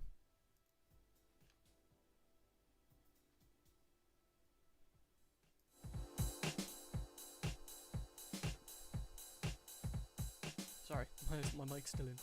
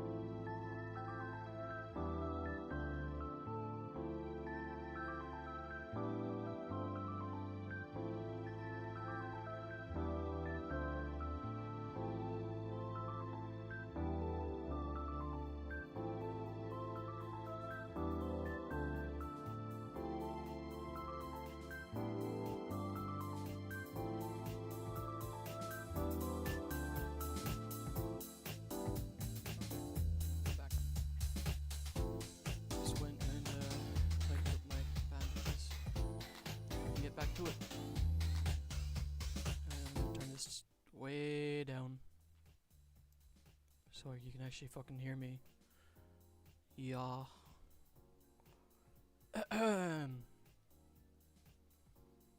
Alright, let's get back to it.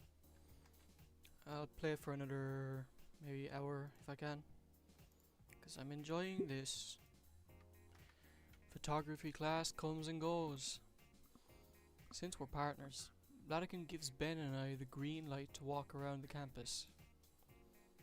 Ben shows me around to see his prime photo spots and such, and as such becomes my impromptu tour guide.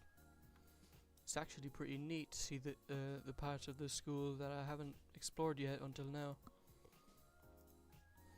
Places like the music hall and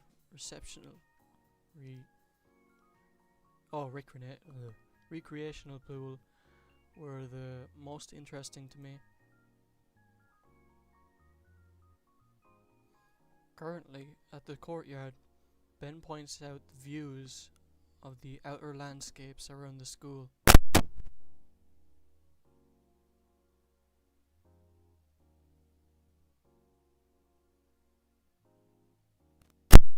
Sorry about that.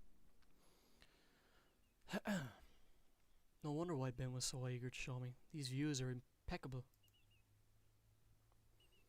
But while explaining the image he has in his head, my mind was...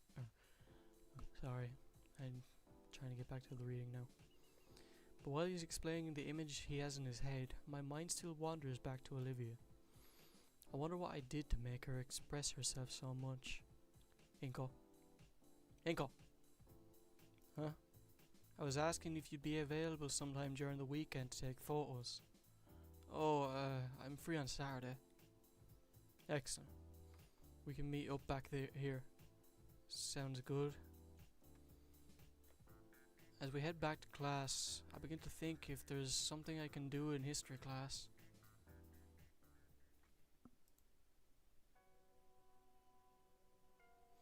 Back in history class, Miss Procklin continues prattling on about.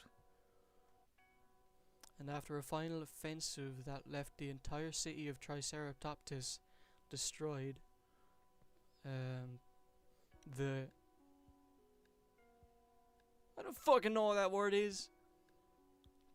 Chitonian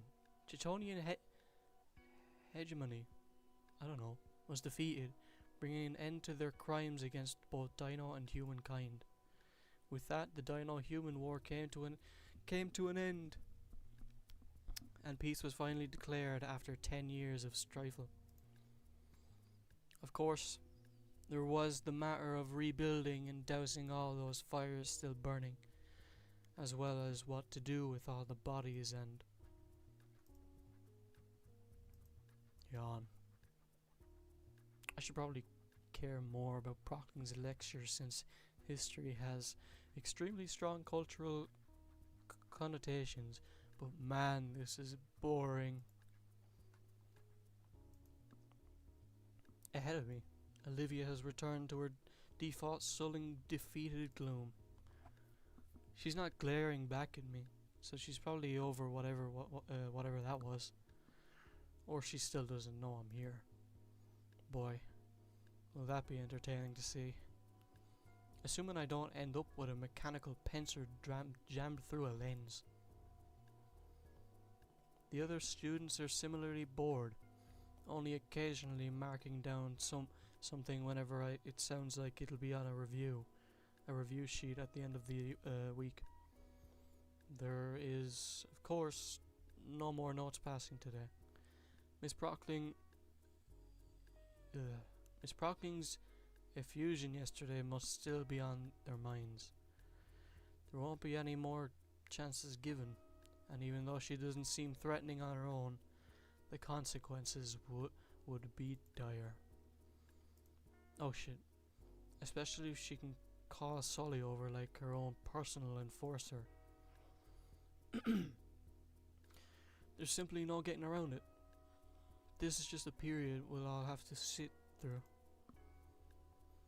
And there isn't any other solidarity. Fuck, I'm sorry. any solidarity to have in our shared misery. It's simply the reality of high school history class. The only saving grace is that she isn't stalking around the room looking for us to do something wrong. Instead, we're being lectured at.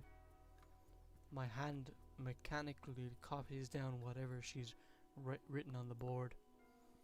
And while I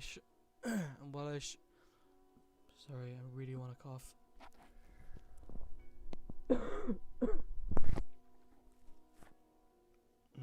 Shit. And while I should also be paying attention to what Miss Brockling is saying, I'm more than certain that we'll be reading the exact same thing from our heavy textbook. So my eyes wander away from her and the board to scan over my peers, all equally as bored and feigning interest. Eventually, there's a bit of movement ahead of me. What's she up to now? Olivia folds a sheet of notebook paper back and forth, discreetly creating a deep crease. Then she flicks her fingers and runs it along the crease and gently pulls. She's making a fucking paper airplane. The paper rips along the seam silently. Oh, is she really risking it? What's she even got to gain? It's just a note passing game. Maybe she feels bad because she got caught yesterday. Oh boy. Olivia passes the note to her left. The student next to her raises an eyebrow but surprisingly takes the note and immediately passes it on without looking at it. One by one, my classmates pass the note along to the next. Nobody dares to open and write something in it. You're gonna have to give me a second with this word. I surreptitiously keep track of the note in the corner of my eye as it makes its circuit around the room. Thankfully, Miss Brockling's eyes are forced on the board where I feel a tap on my shoulder. I reach for my ear. I reach for my ear as if to give it a scratch, and the folded page is pushed onto my waiting fingers and against my ear. As I feel an edge grind against my earlobe, I chew my lip to keep the hiss of pain contained. Probably unintentional, but a paper cut still stings bad, especially on such a fleshy part. I like how detailed this can be. My fingers toy with the bundle of paper now on my desk. No one else has bothered with it. I wouldn't exactly call it an empty canvas, but there would be potential here. There's a crumpling noise beneath my fingertips. Must have unfolded it while I was thinking. Looking at the sole doodle on the sheet, I see a pretty similar rat drawing with a very realistic hand next to it giving a thumbs up. There's plenty of space this time. And Miss Brockling is preoccupied at the front. I doubt she'd even notice.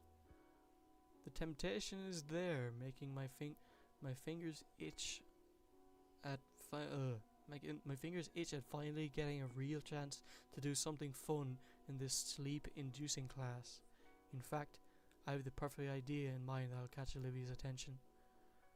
If that doesn't ruin everything, that is. She's not uncompassionate, but Miss Brockling has a lot less tolerance for horseplay in her class. We probably wouldn't get another chance.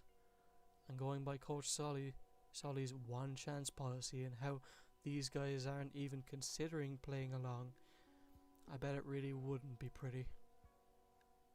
Kinda makes me concerned for Olivia.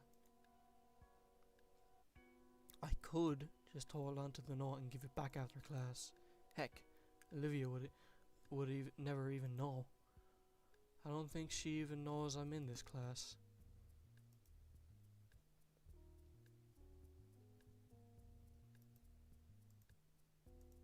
See what happens. Howdy, Juror. What's life without a bit of risk? I I wait for Miss Brockling to start a new tangent to make sure I have enough time. She just starts something about the single continent movement. Time to move. This is going to be basically a stick figure, but it's just a doodle. If only you could doodle a photograph. I'm not sure what I mean by that. I also don't know how to draw a wheelchair. In the end, it looks more like an abstract depiction of a bow-legged T-Rex than what I wanted. Oops. It'll have to do. I check it over one last time if I had the conceptualization to improve it. Ah well. I pass the note forward carefully to not notify the teacher. Olivia takes the note over her shoulder, once more not checking it. She seems to deflate a bit on opening the note, probably because of all the blank space. Doesn't look like she recognizes whatever I did either. Maybe I should talk about it with her after class. I don't know. Seems like an okay thing to do. She just passed the note again. What? Once more, the process of students taking the note and passing it along without looking at it. Although this time it's a little more collectively annoyed. It probably won't go around again. Why the heck would Olivia send the note around again? Nobody's gonna change their mind and draw something now. Is it desperation? Thoughtlessness? Whatever it is, the note's coming my way again. Once I take it, I'm confirmed that yes, once again nobody else wrote anything. However, there is a new doodle of a rat with a flamethrower from Olivia. Cute. Alright, guess this time I'll draw. How about adding myself to the sketch of the half pipe? This time I just depicted myself as a stick figure. No use trying to go outside my skill level for a note passing game. It's simple enough to do. I just include my sunglasses. Yeah, I'm liking this. Maybe I should also make sure Miss Brockling isn't looking my way. Yeah, she's not right now. I mean, look. Alright, time to pass this on. I pass the note forward once more. Olivia pinches the note between two fingers, still not looking back. I keep saying that, but I guess it's not weird. Why would you look back in that situation? She checks the note and looks a bit down again. She glances up to the corner I'd drawn. Whack. I nearly fall out of my seat from the sudden loud noise. There's a moment of unwavering silence before a voice speaks up. Miss Halford? Oof. The girl in question shrinks in her seat in embarrassment. Sorry, Miss Brockling, I saw a spider. Miss Brockling simply sighs, muttering to herself and turning her attention back to writing more notes on the board. She turns her head back slowly, just enough to be able to make eye contact with me. While she eyes me with a judging contempt and curiosity, I see her hand is tenderly massaging the tip of her tail. Looking at the floor, I think she managed to chip the... whatever that means. The floor, I mean. As soon as Brockling turns around to continue teaching, Olivia scribbles something down. She turns to look at me once more, hesitating. Then she flicks the note in my direction. It completely misses me. I tried to catch it in midair, but it ended up slamming my face onto the desk to get it. Mr. Nito, what was that noise? I palmed the note into my sleeve and strained to keep my injured eye open. The teacher probably meant the foot stomping. I found that spider, Miss Brockling. The teacher grimaces. That better be cleaned up by the end of class, Mr. Nito. Yes, ma'am. I breathe a sigh. Okay, I was just checking if I was muted or not. I was fucking scared for a minute. Anyways, I breathe a sigh of relief as my excuse weathers Mrs. Thought it was Mrs. Brockling's stare. She turns a few pages in a textbook on her desk, instructing the class to do the same as she searches it for something. She's distracted. I can finally see what Olivia drew.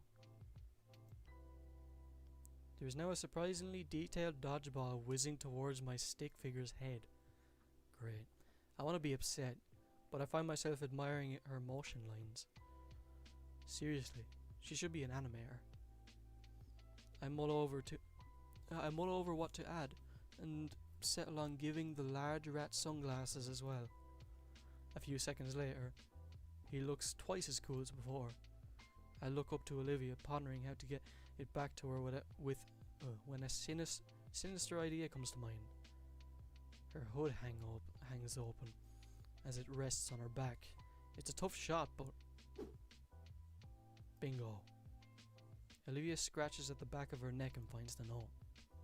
She looks back and with squinted eyes, judging my intent and scanning me for foul play. She mouths something at me, a question, I think, but I'm not most apt lip reader. Not the most apt reader, especially when said lips are thrice as long as humans. Still, she unfolds the page, and seconds later, she already adds a new sketch and folds it up. The note lands neatly on my desk this time, and I inspect the latest edition.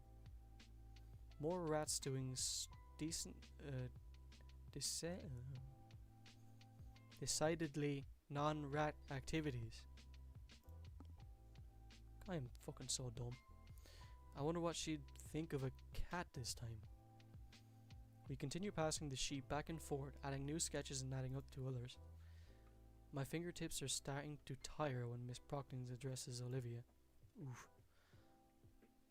Alright, Miss Halford, you may leave now. Everyone else, you may take the last 5 minutes to start on your homework. Olivia takes her time to pack her supplies, occasionally glancing my way. Gone is the paranoia. It's now become just plain confusion. As if I wouldn't play the duel game thing with her. Even as she wheels out of the room, I notice her eyes still on me.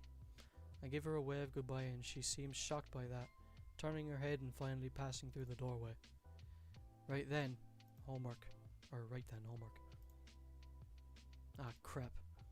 It only occurs to me now that there's a pretty good reason the teacher doesn't want us slacking off during class. For the last 5 minutes I tried to speed read the second chapter in its entirety. Failing to get any good information to use for today's homework, I resolved by just checking online for a lecture that's not as boring. Maybe one with a good animation even. Or with some good animation even. When the rest of us are finally excused, I realize that I've still got the page full of doodles. Considering all the stuff on it, it'd feel like a waste to just toss it away. I decide to keep it, slipping it into one of my binder's extra plastic sleeves. With everything safely packed away, I shoulder my backpack and exit the room.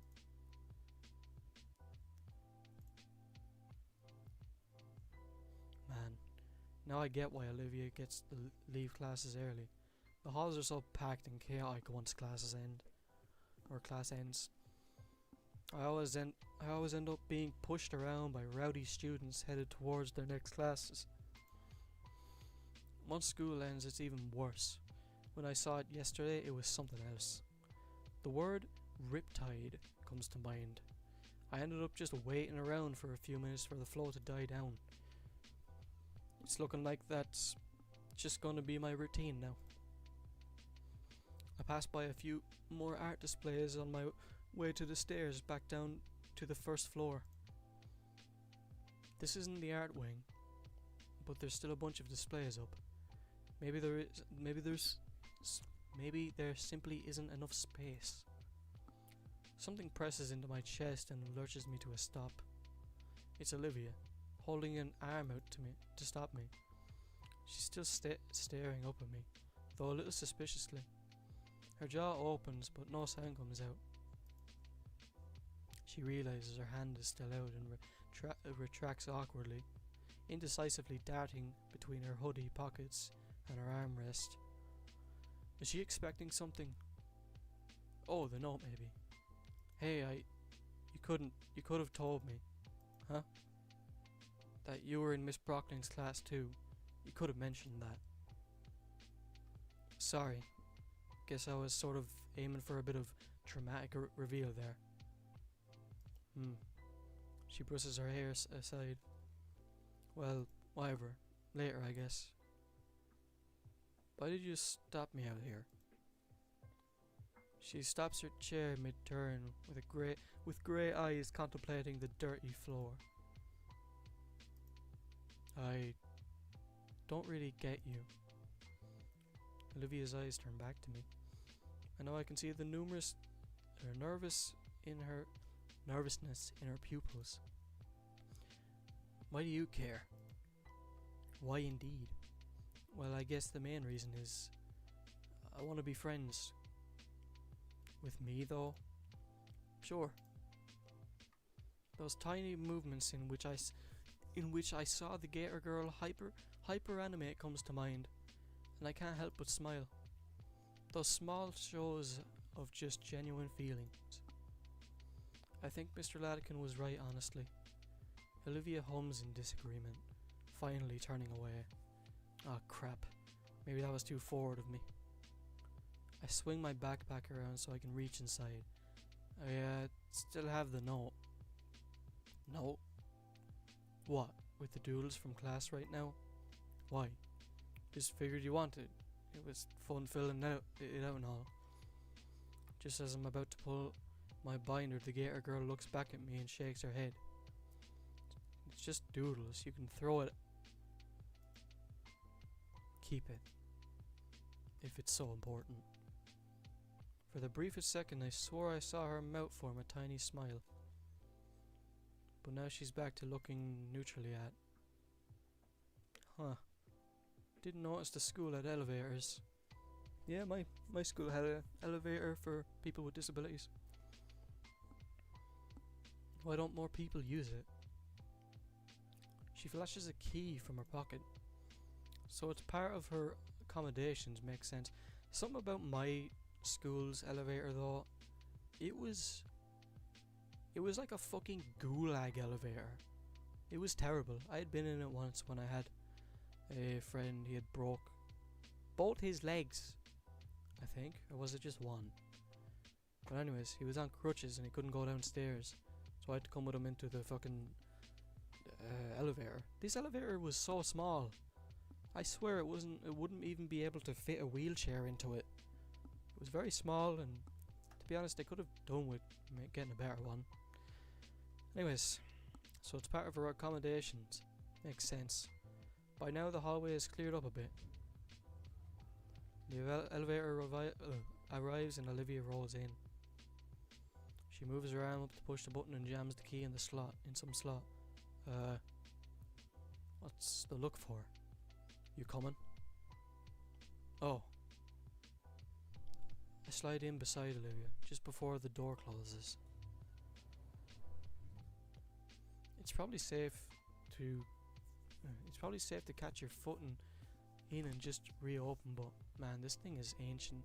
Yeah. There's an inspection certificate lazily plastered above the door from this side. It's covered in coffee stains and other signs of age. Is this thing really safe? Olivia shrugs. What's the worst that'd happen? Her legs break? She eyes me with a smirk. This may have been a mistake.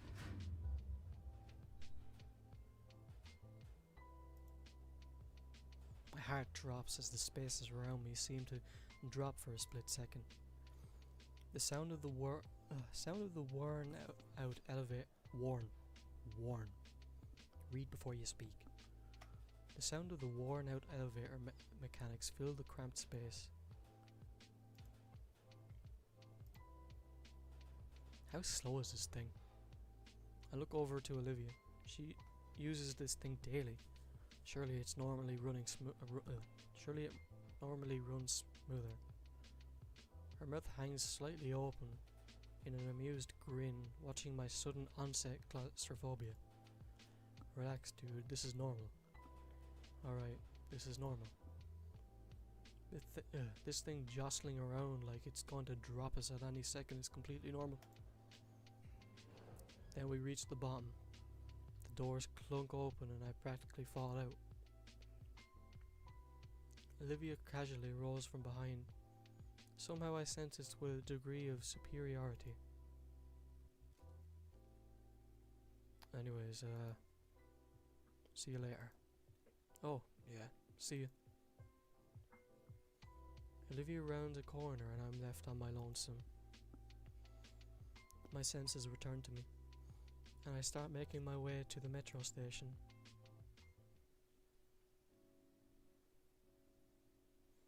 As I make the journey home, it strikes me how much progress I've made with Olivia. It's definitely still in its awkward phase, but I can see that she's opening up little by little. And it's starting to become amusing seeing her confused by my friendly gestures. All in all, I got a pretty good feeling about this. Liz and Ben sure were overreacting though. I'll be sure not to tell them all about it. Or I'll be sure to tell them all about it. I don't know.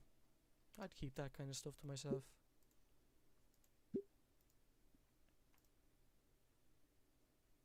A week into September has come and gone, and I'm finally feeling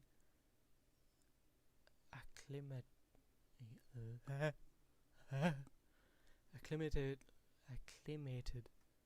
Fucking hell! Somebody shoot me. To St. Hammond. Things have been going pretty smooth lately, if I do say so myself. Over the past week or so, I've been getting more and more used to my new friends, learning new quirks of them daily over lunch and in our classes, like Olivia's penchant for tail whips. As I sit on the metro to school, my foot comes up to prod at the tender spot on my chin. I also learned not to borrow Olivia's stuff without asking. She usually tries to keep to herself, even when we're partnered up, but I do my best to play nice. Not to say she's being rude or anything, just quiet. More and more, I kind of figured that part of her silence was just nerves. Accepting that silent facet, I don't know. I think we found some small understandings between us. Enough that I think she's starting to see me as a friend now. Among other things, Damien and Liz have given me their numbers. Or rather, Damien gave me both his and Liz's numbers. At first I thought that Liz would be mad that Damien had basically doxed her. But she didn't seem to mind when he explained his reasons. I also got Ben's number, since he figured we'd be doing a lot more team projects in photography class. My eyes roll over the past messages from my new friends. I became so engrossed rereading them that I nearly missed the announcement of my stop. I scrambled to get off the metro, the closing doors just catching my jacket and forcing me to yank it out before I'm dragged down the tracks. Not going to let that bring my mood down though. It's Friday, meaning after today comes the weekend. It's a quick walk from the station, and I can see the school enter my field of view. The school looks completely barren. Is it closed? Weird. I look around at some of the small stores that surround the school. The ones that are usually staffed by student workers. They're also empty. One of them has lights on, but it just looks like the manager's looking over some paperwork inside. I don't recall any announcement about a holiday today, and while I admit to having forgotten what day it was in the past, I am absolutely certain it's Friday. So where is everyone? Even the entryway to the school is barren. The door probably won't even open. Yep. Hello? I dance a bit in front of the camera while watching the door. It does not respond. You know what? Damien would know what's going on. I flip through my contacts and find Damien's number. I put the phone to my ear and pray that he picks up. After a minute or so of waiting, the dial tone cuts off and is replaced by Damien's voice. Yeah, that's a cool transition. Yo, what up, Nico? Hey, Damien. I'm at the school right now and it looks like no one's here. Know what that's about? Huh? What do you... There's a brief pause on the other end of the line.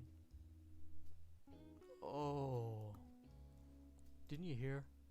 Hear what? Today's the last warm day of the season, so everybody's celebrating. Celebrating? Yeah, we're actually having a cookout at my place today. Say, you wanna come over? The generous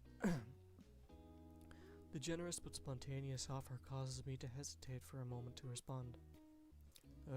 Thanks for the offer, Damien, but it's alright. I wouldn't want to intrude on your guys' party. What? It's no big deal at all, dude. My folks enjoy the company, and there's gonna be plenty to eat too. Plus Olivia's here as well. I weigh my options. Either go to the party or I could just take the metro back home and sit in my room doing nothing. Inky, you still there, buddy? Yeah, still here. Was just clearing my schedule. You sure it wouldn't be an issue? Of course not, amigo. A friend of mine is a friend of my family, a friend of the family. Well, alright then. Nice. I'll text you the address. See you soon, comrade. Or compadre. Why did I say comrade? With that, the call ends. I know a few seconds later that I get a text notification. D-man.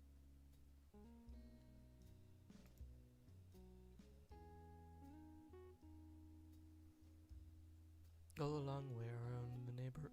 The neighbor doesn't chain his dog. Lol.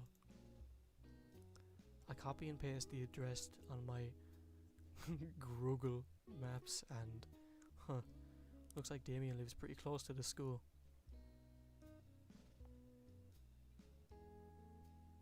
Of course, it's a little longer taking Damien's instructions, but I'm not about to try outrunning a loose dog with my physique. Well, better make my way over then.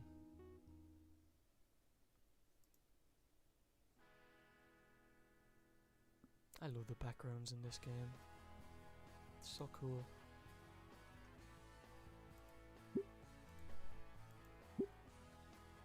Second there.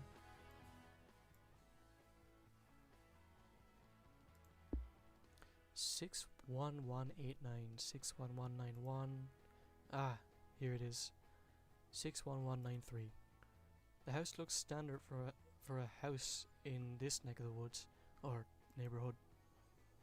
It's a one-story place, but it looks pretty spacious. Definitely a family house. I walk up to the stone step path to the front door and ring the doorbell. The grocery bag wrapped around my fingers is starting to chafe a bit. I could have just come right away, but it felt bad coming over empty-handed, so I got something for the party. A simple salad bowl from one of the local stores on the way over. It doesn't seem like much, but as my mom taught me, it's courteous to come to a party with something. Actually, I realize how ill-prepared I look for an end of summer celebration. With Damien mentioning a pool, everyone else must either be wearing casual clothes or swimwear. Meanwhile, here I am looking overly formal. Not like I could have thought to bring swim trunks to school. The door swings open and out steps Damien. Inko? Wow man, you're crazy early. And you've come bearing gifts. Yep, here I am. I didn't want to come empty-handed, so I stopped by a store and got a salad. Oh, you didn't have to, dude. Seriously though, You really didn't have to. My family and I are carnivores. But thanks. Sure, or still, it's like not even 10, man. Oh, you didn't give me a time, so nah, that's my bad. Still, since you're here already, come on in. Well, don't I feel silly? Damien still accepts the grocery bag and chucks it off to the side somewhere. Come on, everyone's out back right now. He turns back, making for a sliding door on the opposite end of the house. I love that everything's painted. Looks amazing. Following after, I barely have the time to take in what I think is the living room and dining room. There's a number of toys strewn about, foam dart guns and loose game controllers. Damien opens the glass door and gives a small push out of the house. Hey everyone, we've got a guest already. Stepping out onto a wooden deck, I'm surprised to see the pool and yard. Sorry, one sec. Excuse me. To the left of me is what looks to be an older, heavier set version of Damien. Well, howdy there. Hello, sir. I'm Inko. He shifts the barbecue tongs from his right hand and to his left, so that he can shake my hand. Randy Payne. You can just call me Randy though. I hide the grimace as we shake hands, feeling that I'm guessing it's a very strictly marinade how clingy to my palm. Fuck's sake, I can't read right now. Oh my god, what is wrong with me? Didn't think someone would come this early. I just finished getting the good stuff all sauced up. As soon as he lets go, he focuses back on the piles of different meats heaped up on next to the grill. Meanwhile, I grab some nearby napkins to wipe the sauce from my hand. Oh, what's on the menu? Let's see here. We got brisket, flanks, ribs, sirloin, tenderloin, top sirloin, bottom sirloin, rounds and shanks. That's a lot of cow. all marinated in my special mix of wet rub and dry rub seasoning. Oh wow, that's a lot. See, Randy, or set, yeah. Me, Damien, and Soulful be doing it in shifts. If you're interested, I'll let you lend a hand too, if the missus doesn't rope you into carrying too much around. Sure, sounds fun. I've never actually grilled before. It's not that tough, you'll see. It can be tough. Now that I'm here, I can finally ask Damien the question that's been on my mind. Hey Damien, so I've been curious this whole time. What exactly is this celebration anyways? Oh yeah, I haven't told you yet. Well, you see, before Damien can properly explain, a motherly voice cuts him off. Damien, sweetie, you shouldn't keep your baby brother waiting any longer. At the mention of the younger sibling, a tiny Damien clone, jumps over the deck railing and acid punch. Oh god, why? Vinny. Look, bro. Just like from Power Raptors, I told you I could do it. I'm so sorry, Inko. Is that meant to be fucking Mickey Mouse? Vincent, this is why I don't want you watching those violent shows. The younger dino isn't listening. He's already run off to find another victim. You alright? Yeah, I'm fine. Was that really acid? No. But here, you should wipe that off. Now. I take the towel handed to me and wipe off the splotches on my pants from where Vincent had punched. Dilophosaurus spit, I don't know how to say that, only gets more acidic after they reach puberty. I begin to rub away the spittle on my pants with a bit more urgency. Thankfully, he's more me than his mother. Otherwise, you'd need a new pair of pants. Wait, that's an actual thing? Randy laughs. So you must be Damien's new friend from school. Indeed I am. Damien's mom's head pops up at the side of the deck with a tired smile. Hello, ma'am. Thank you for having me. Oh, I didn't know we'd have guests so soon. I would have cleaned up more. You can just call me Sophia, dear. Speaking of school, Damien told me that you were there. Why'd you be going there today of all days? Honestly, I didn't even realize that today is a holiday. Usually I mark them on my calendar, but it must have flown over my head. Ah, it's no worries then. It's mainly us dinos who celebrate it. Yeah, Damien told me a bit about it, but I'm not sure I fully understand. In that case, I'd be more than glad to clue you in.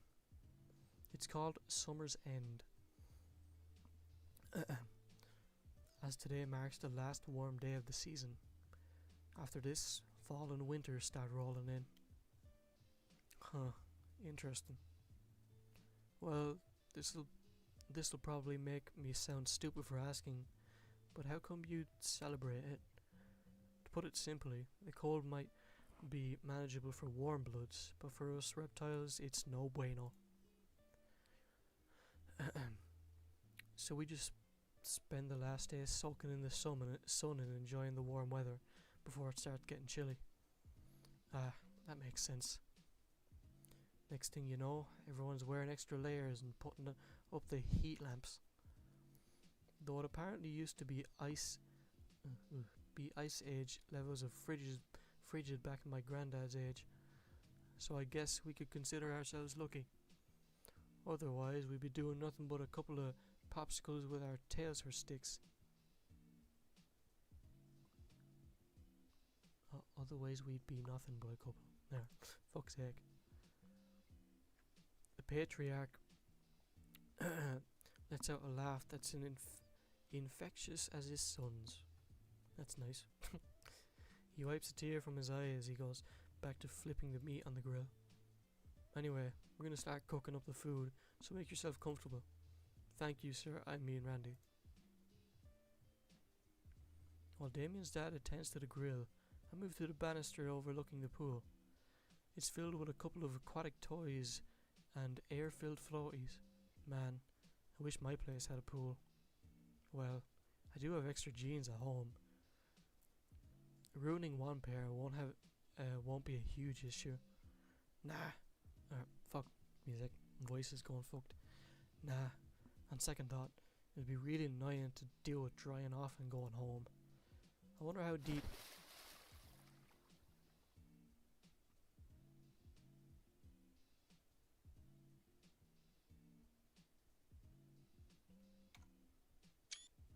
You didn't see that. What are you talking about? You didn't hear anything. You're delusional. You didn't hear anything. Fuckers. Okay, hold on. Give me a minute. I need to go do something.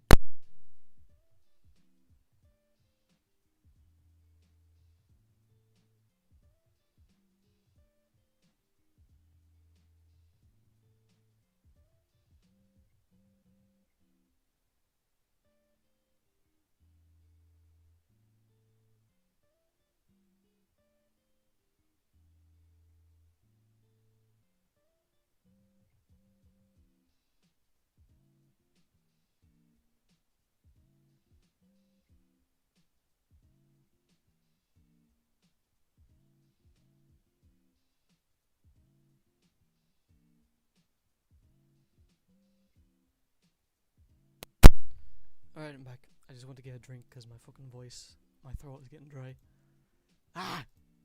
Ah! The hell are you doing here? I was invited.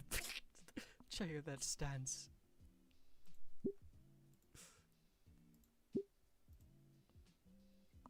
That stance. That alpha male stance. Give me that.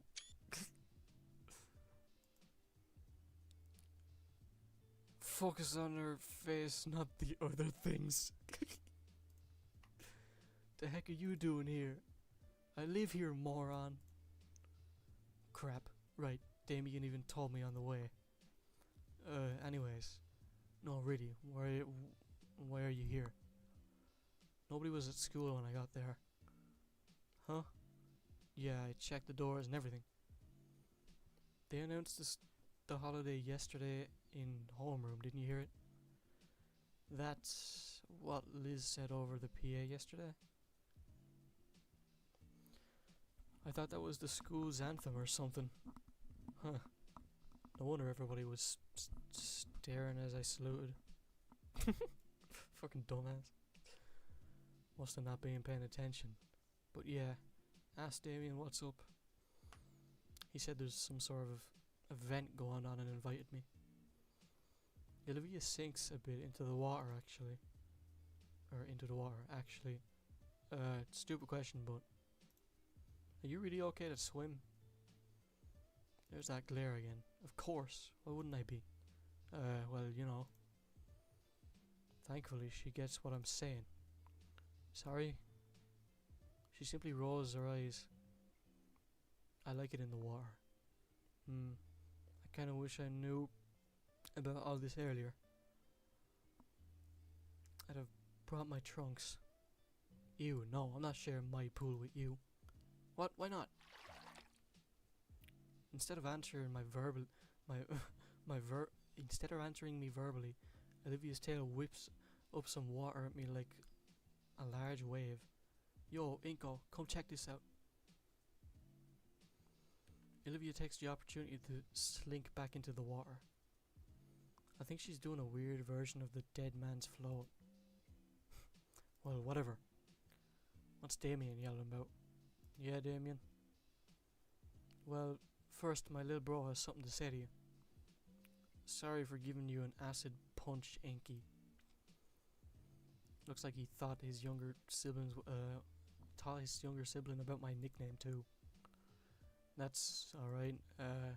Vinny extends his hand for a handshake, though it's obscured by his sleeves. And secondly, we need a few chairs out here. We got some folding ones, but also some from the kitchen. Got it. They're cheap wood, not really heavy at all. After the chairs, we can do the table together. Ma would be pissed if that got dropped. Why? It's the only one we got. And and after everything's set, we can play something fun. Okay, little man? Vincent grins and bolts back towards the house. Damien chuckles and we both follow after the kid. Sorry. Ah! The table drops a few inches. Table drops the few inches we're able to lift it with a hard crash back onto the tile. Sorry, I'm really struggling to read right now. That's probably about my 10th time apologizing for that. How long have I been going for? Give me a sec. 2 hours, 49 minutes. I'd be worried about the cracks.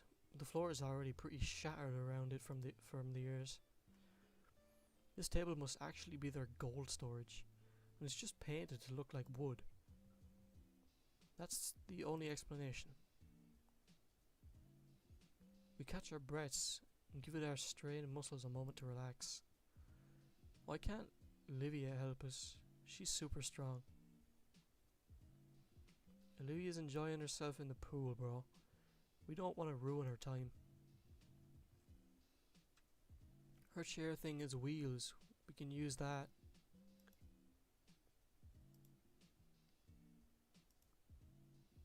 I think it might be a bit small. Oh, no fair. She's gonna go to her room soon. Why can't she? Why can't she help? Hey, come on. In front of any guests, yeah? It's true though. You don't know that. Come on. The Damien mini-me pouts. I think I get a better grip on the table now. Let's try this one more time. Okay, I'm ready. 1, 2. Wait. Huh? What's up?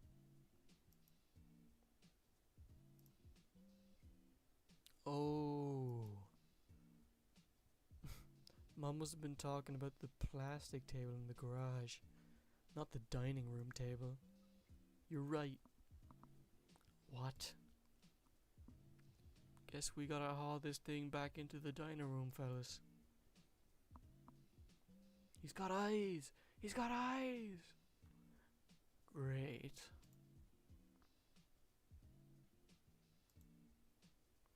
After getting the suspiciously heavy table back inside, Damien and I carry the much lighter plastic one out the door. As I catch my breath, I notice the younger dinosaur is gone. Maybe he ran out to do something else. Either way, I guess now's the time to ask. Hey, Damien. Yeah? What was that about Olivia going to her room?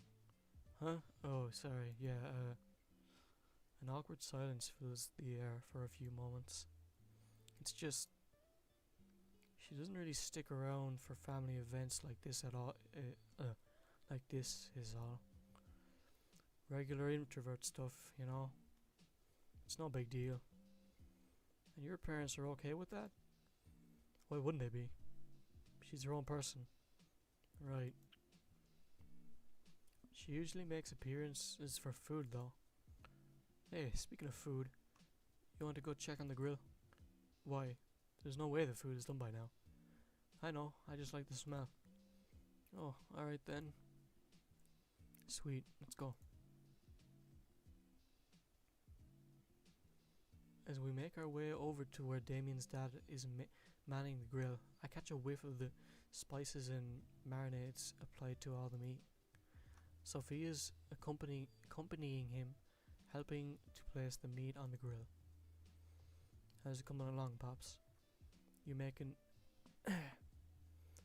anyhow I like him? You know it, son. Have a look for yourselves. He steps aside and lets us gaze the variety of barbecue set over the flames. The smell of it cooking and the symphonic sizzling sounds has my mouth watering in seconds. Good, right? I'll say it. Randy uses a pair of tongs to grab a piece of steak and looks halfway cooked. The secret is that you gotta let these babies have some time getting seared on each side. That way, it really hones it in the... Whoops. There's about a silence between everyone as we all stare down at the piece of meat on the floor. It's not too ruined. Hey, Olivia, want it? A pair of eyes appear over the edge of the pool. Sure, toss it in. What's this now?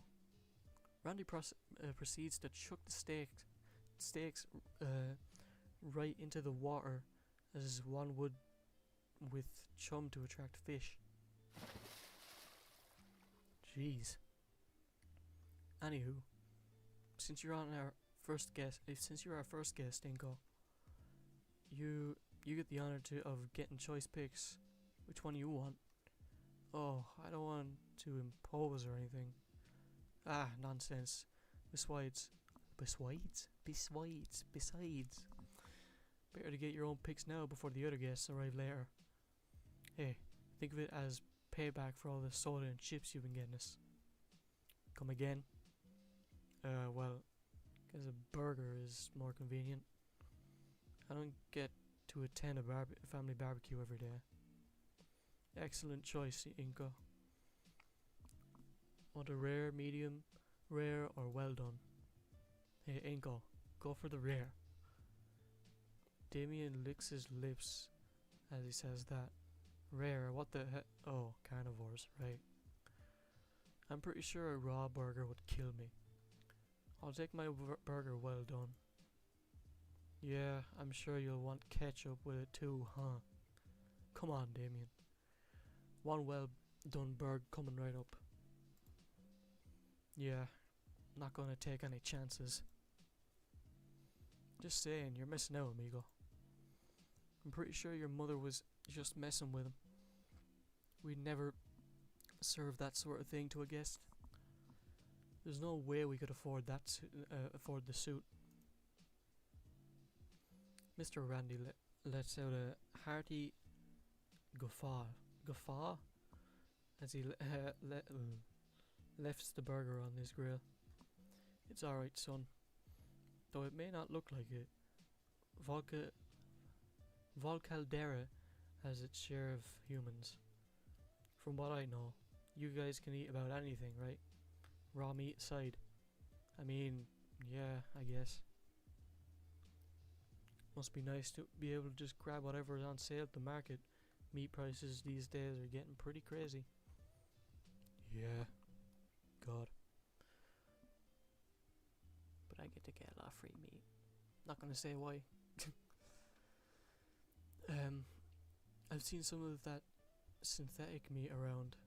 That might be cheaper, why not try it out?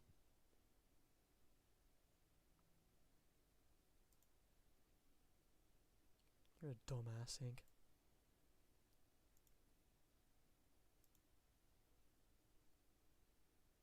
Sorry. There's one taboo I stumbled into head first. Noted. I better change the subject before things get any more awkward. So, hey, Damien. I've been curious this whole time. What exactly is Summer End celebration anyways? Didn't my dad tell you earlier? It's the last warm day of the year or whatever. Yeah, I get that part, but why is it a holiday? That. Actually, I don't really remember either. Guess I should have been paid more attention at school. It's a bit concerning he doesn't know this much about his own culture. He's certainly give me a second. It's a bit concerning that he doesn't know this much about his own culture he's currently celebrating. Actually, it probably doesn't even need a reason. Why would you? It's just the last warm day of the year. Any excuse to get together is fine in my book. The kid flumps down hard on the grass in the way only children can without shattering at something. And we don't gotta go to school. It's nice and warm, and we get to eat real good. I think those Mayans had the right idea. Vinny. Mayans, yeah. Hey, Inko, are you a Was he gonna ask me if I was a virgin? Alright, it's about ready. It's about time the guests showed up too, isn't it? They'll be here any minute. Oh, Olivia. Across the yard, Olivia contentedly drifted to the middle of the pool. Though a look came across her face upon hearing Damien's mom, and she began paddling towards the raised deck. Are you going in so soon? Yeah. Are you sure you don't want to wait until the others get here? Yeah, wait till the food's ready so you can so we can all eat together. I'd rather not.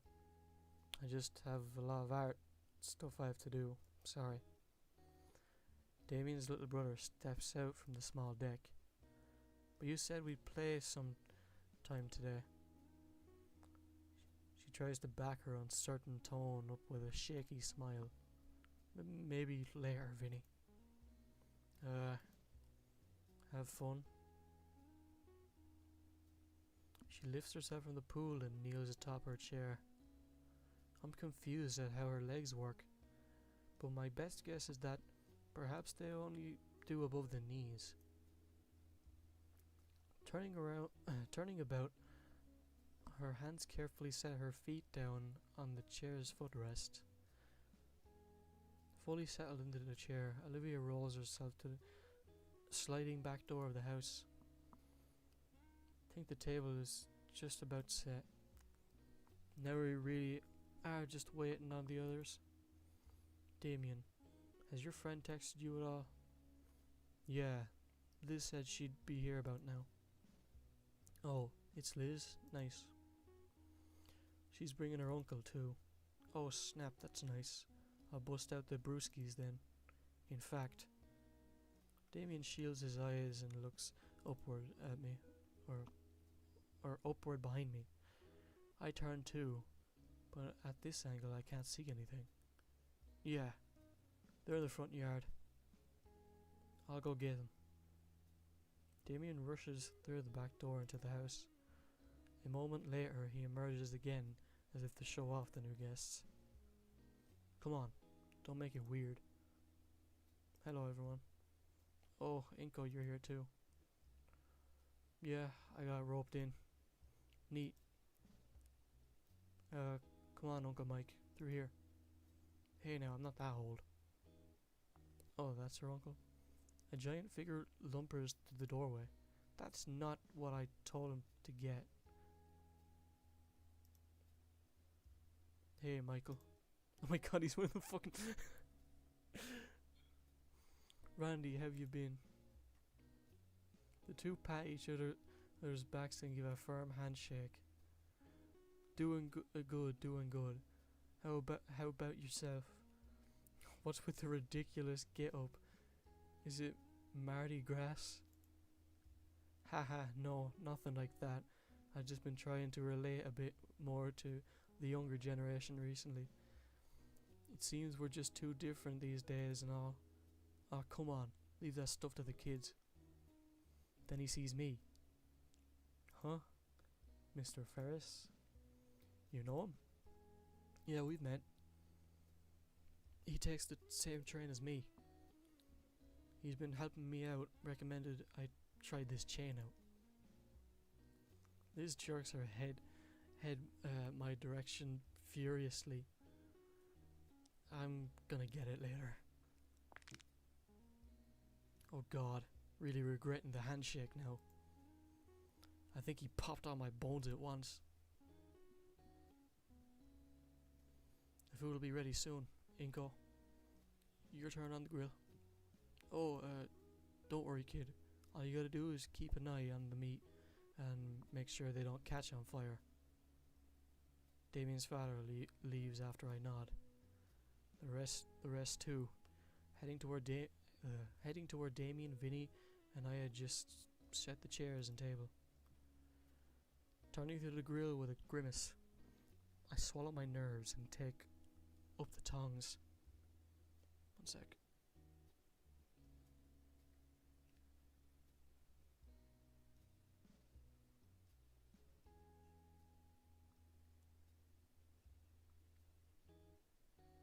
Okay. Alright. Nothing to worry about. Okay, nothing bad so far. Hey, yeah. Ah! Oh. Sorry. Hey, Liz, what are you doing here? Oh, everyone else is talking about Randy's cooking, and I figured I'd see what's on the menu. What do you think I'm doing? Why on earth are you getting my uncle to dress like he's gonna be in a music video? He asked for help.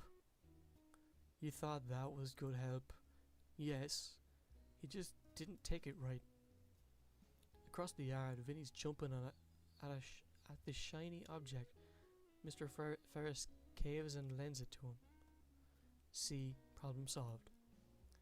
Ignoring Vinny, now strutting around like a gangster. Oh man, whatever. What's actually cooking? I motion to the silver tray spread out next to the grill. It's a lot of meat. Actually, aren't you a herbivore, Liz? I am, but I think Damien thought ahead for me. Wait, wasn't that the salad I brought? I knew he wouldn't forget about me like that. Anyways, is Olivia out there? Or out here? She was just in the pool, decided to go inside. Liz's head is still for a moment, as if she's in thought. Apparently, it's a common thing with her. Yeah. I was hoping she'd just stuck around for once.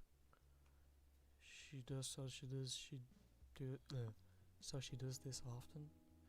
Every time Damien's folks throw a party, she slips away to her room. I sometimes see her at the window. Her eyes motion me to turn around at the particular window.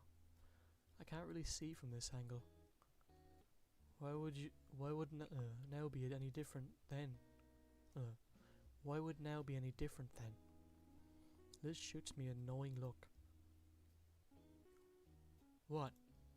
Well, I figured she was opening up a little to you. I mean, I guess. To some degree. Not like I have any frame of reference.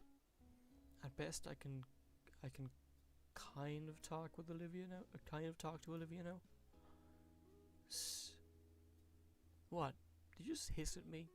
No. Then what? Oh God! Spinning around, I see something has caught on fire. I grab whatever it is with the tongs and flail it around, hoping the air would put it out. It works well enough, but it's pretty burnt. Well, that one's a lost cause. I give the piece of charcoal a careful look, and yeah, it doesn't look edible in the least. I put it to the side and turn back to face Liz. Anyway, what were you saying about Olivia open up? Yeah, it's strange, but also good. Certainly a bit surreal after all this time. Liz lets out a sigh and shrugs. Well, it's a shame, but it is what it is. Anyway, I want to go catch up with the others. See you around. Liz returns to the rest of the gathering, leaving me alone with the grill once again. Burnt piece of meat aside, the rest of the food is looking good. Still, I'm not exactly the best grill master. Not like it matters to me. Not like it matters too much to Damien's folks. Whether food's actually cooked or not, it's purely an aesthetic matter. A couple more flips and the meat is brown and sizzling, which is good enough in my book to put them along with the other finished pieces. I think it's about done with my shift. Damien's turn was next. He's just gonna be wrapping up these last two things. Doesn't take long to spot him chatting with Liz. He's enraptured with whatever guaranteed high concept discussion they're having. Hey Damien. Damien's frill things perk a bit as he turns around to face me. Your turn on the grill. Alright, you got it, hombre. He waves Liz over and takes a firm hold of the spatula. Okay, time to get some more. He suddenly pauses as his eyes fall upon the charred remains of a once juicy and savoury piece of meat. He picks up the piece of meat and inspects it before chomping down on it with a single bite. Okay, I'll finish cooking the last pieces. Inky, if you'd be an awesome dude, can you start serving the others what's ready to chow on? I give Damien a nod and grab the tray of cooked meat. I take the tray over to the eagerly waiting crowd with all the care to be expected. From someone surrounded by a very hungry meat-eating saurian. Upon seeing the platter of the delectable and edible flesh,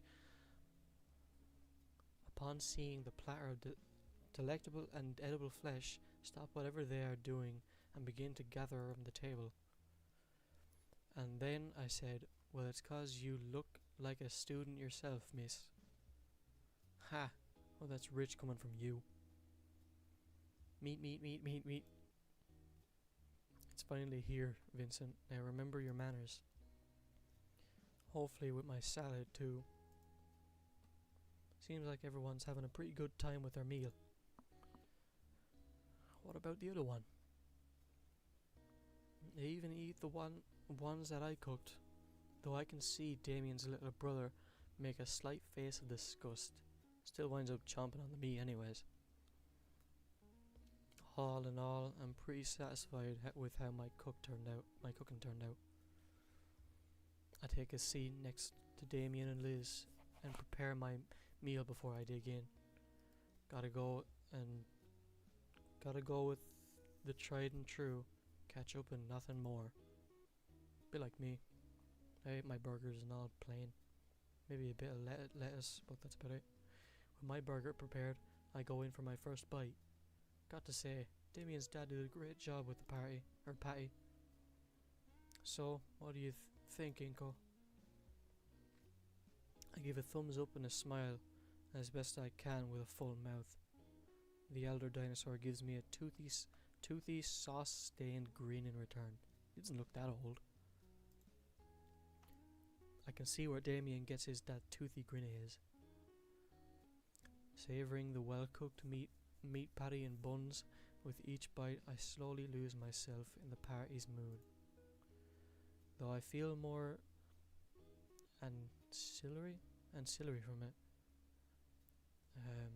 Seeing the adults lost in work talk while Damien and Liz are handling the excitable Vinny.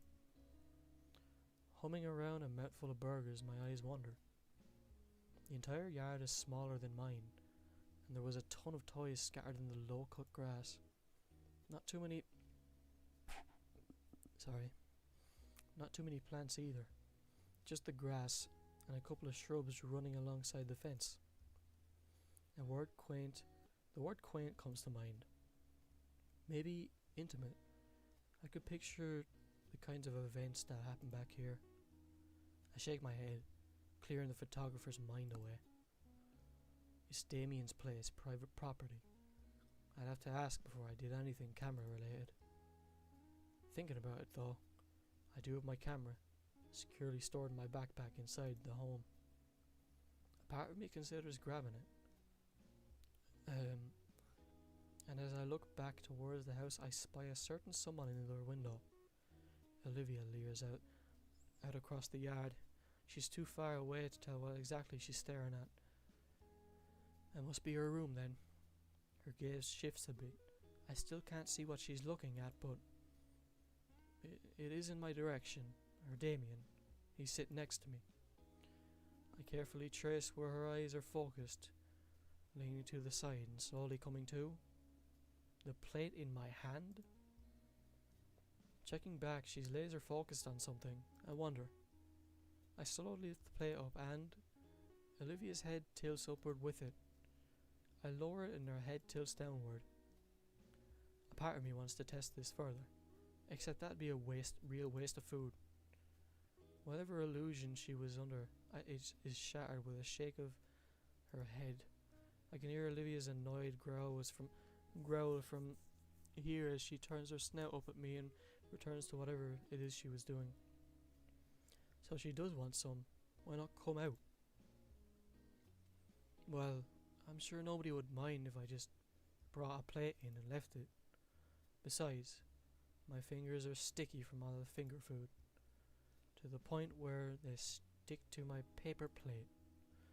It's actually kind of gross. Now I remember why I avoid it normally. In gluing my fingers from the plate, Damien's mother notices my plight. You can use the kitchen sink for that, Inko. Or the pool. Sticking my thoroughly marinated fingers in the pool? That just seems like a future issue for whoever has to clean it up later. Thank you, ma'am. I'll use a sink. Damien's already gotten up for thirds, so there's plenty. I load up a new plate with a steak and whatever remains of the ribs and discreetly head inside. Thankfully, the sliding door is partially open, just enough so that I can use my foot to push it open the rest of the way open. I can use it to push the rest of the way open, yeah, sorry. There's a coffee table in the living room. That's a good place as any. And the kitchen's right there. I'll just rinse my hands off a bit, making liberal use of... Liberal? What do you mean? Am I stupid? Making liberal use of the dish soap, I start scrubbing my hands thoroughly. While I feel the stickiness start to unstick itself, I look out the window. Damien's parents seem to be focused on Vinny, but Damien is still shooting, looks to the left. A hyperactive hybrid shoots up from his seat, disappearing from view. Wonder where he... Pool. Dang, clothes still on and all. Kid was serious about washing hands in the pool. Man, I could have gone for a dip myself. The AC in here makes a huge difference. It must be a 90 degrees out today. I'd fucking die in 90-degree weather. I'd fucking die. There's plenty of soda, so I'm not in danger of dehydration at least. But jeez, I'm only noticing just how warm I still am from stepping inside. I'm surprised there's no steam rising from me. Looks a little red too. Good thing I didn't bring any sunscreen. Crap. It's not that bad yet. Maybe the pains have some sunscreen around. No, they're reptiles. They wouldn't have any. Maybe I'll just have to deal with it. My knuckles start hurting from being wrung so much. The smell isn't gone yet though. Or the smell isn't gone yet, yeah. Anyway, should be clean enough soon. Both of us are frozen, still locked in a staring contest. The steak shoved in her mouth, she stares like a deer caught in the headlights. She spits the steak back on the plate in her lap and grips the inside of her sleeves. It takes me a moment to collect myself to muster up some conversation. Yeah, your delivery came in. You want a soda with that? The joke goes unlaughed at. I tried. May as well.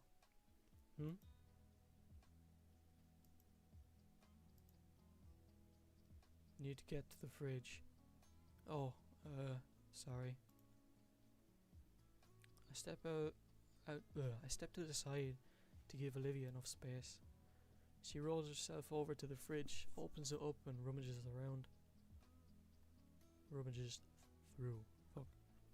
We exchange a few awkward glances to the point that it's palpable in the air. So, what are you doing? Get together with family and friends, and I'm not their family, if you hadn't noticed. I'm not going to be here for much longer. That's a new look from her. Was it because of what I said? Olivia? What? There's a couple of different things dancing atop my tongue that I wish to say. Some would be too intrusive, especially after what she just said. One, however, sticks out the most, especially after she had brought up working on it, and I genuinely want to see Olivia's process. Would you mind some company? What? Seems pretty empty in the house to be by your lonesome, so maybe it'd be nice to hang out. Plus, I've been wanting to see your art for a while, especially after I recall her freshman piece that's displayed right next to the principal's office. I'll even show you some of my stuff. I have my portfolio drive in my backpack after all. I have to hold back my laugh as a silly, strange, strangled noise of surprise confusion escapes her mouth. Is that an okay then? No, it's just... I don't want anyone else in my room. Then how about the living room? I motion at the well-loved couch nearby. She hums in the thought for a moment. Are you really that interested? Yes. I've been wanting to see your work ever since I found out that the cityscape piece in the gala was yours. Olivia crunches her hands together tightly. Okay, fine, fine. If you're so interested, you can watch. She wheels herself back towards the shut door. Need to get my stuff set up first though. Sure, I'll be here on the couch.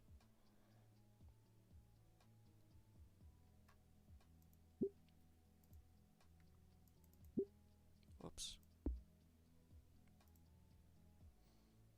I kind of feel bad for missing out on the party too, but I doubt I'll ever get another chance like this.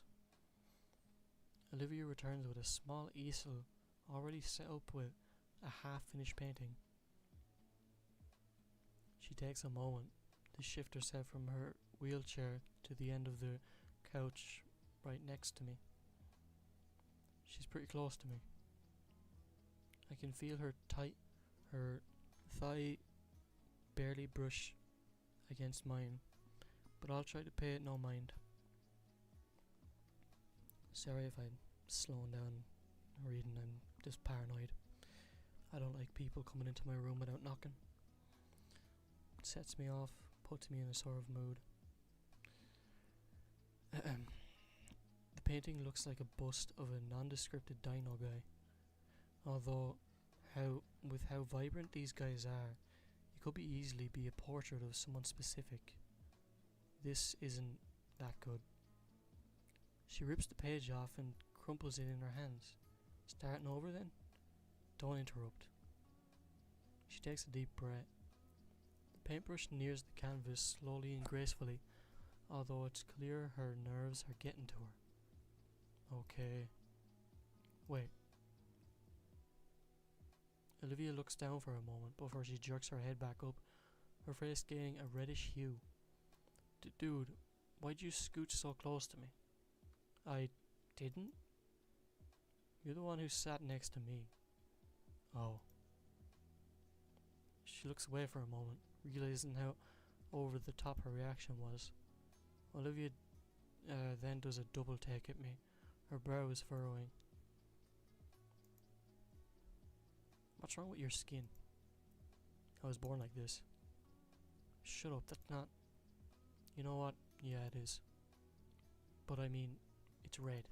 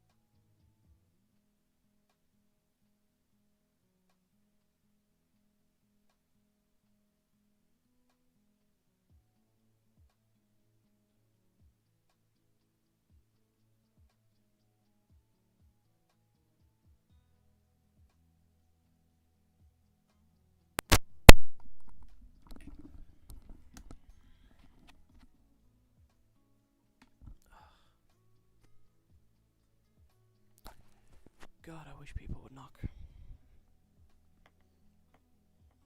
I just get annoyed by it, that's all. Especially when I'm in the middle of something like this. Oh, yeah. I think it's sunburnt. As I look over the red splotch on my arm, Olivia raises a hand and touches it. Ow, why? Jeez, that really hurts. Yeah, it does. I didn't think to get sunscreen on the way over. There wouldn't happen to be any here, right? Point taken. But there's some of those spiky plants outside. Aloe something, I think.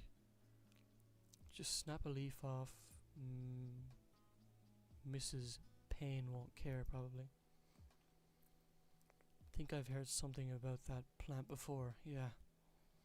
Alright, guess I'll give it a shot. I get up and head back to the front door. Lo and behold, there were in fact a number of those spiky plants around. I walk up to the nearest one and carefully grab the leaf in the spot with dull spikes. It bends and snaps off pretty easily. Man, this looks about good enough to eat, but it probably tastes awful. Is it really good for curing sunburnt skin? Back inside, Olivia's started painting again. She gazes intently at the page, and the plate of food I had brought in had been cleaned. Olivia holds one rib in her hand or mouth like a cigarette. It wrangles up and down between her teeth. When she sees me, she scrunches the bone in two and swallows the last of it whole. I bring up the aloe leaf. This it? She nods and extends her hand to grab it. I hand her the thick leaf and she extends a claw. Once she catches the edge of the skin, she makes quick work peeling the husk off. You do this often? Not me. Sophia uses it a lot to make smoothies for the family and healing salves for Vinny. They're real pretty too. Olivia blinks, coughs and grimaces. So, paint, I mean. Natural homemade healing recipe, huh? Gonna have to ask for that later. Could come in handy down the line. I move to remove my jacket so the aloe can be applied properly, but I don't get far before I notice Olivia's face turning a darker shade again. No. No need to remove your jacket. Just roll up your sleeves and put the jelly on your neck. She hands me now exposed aloe jelly, all the while doing her best not to lock eyes with me.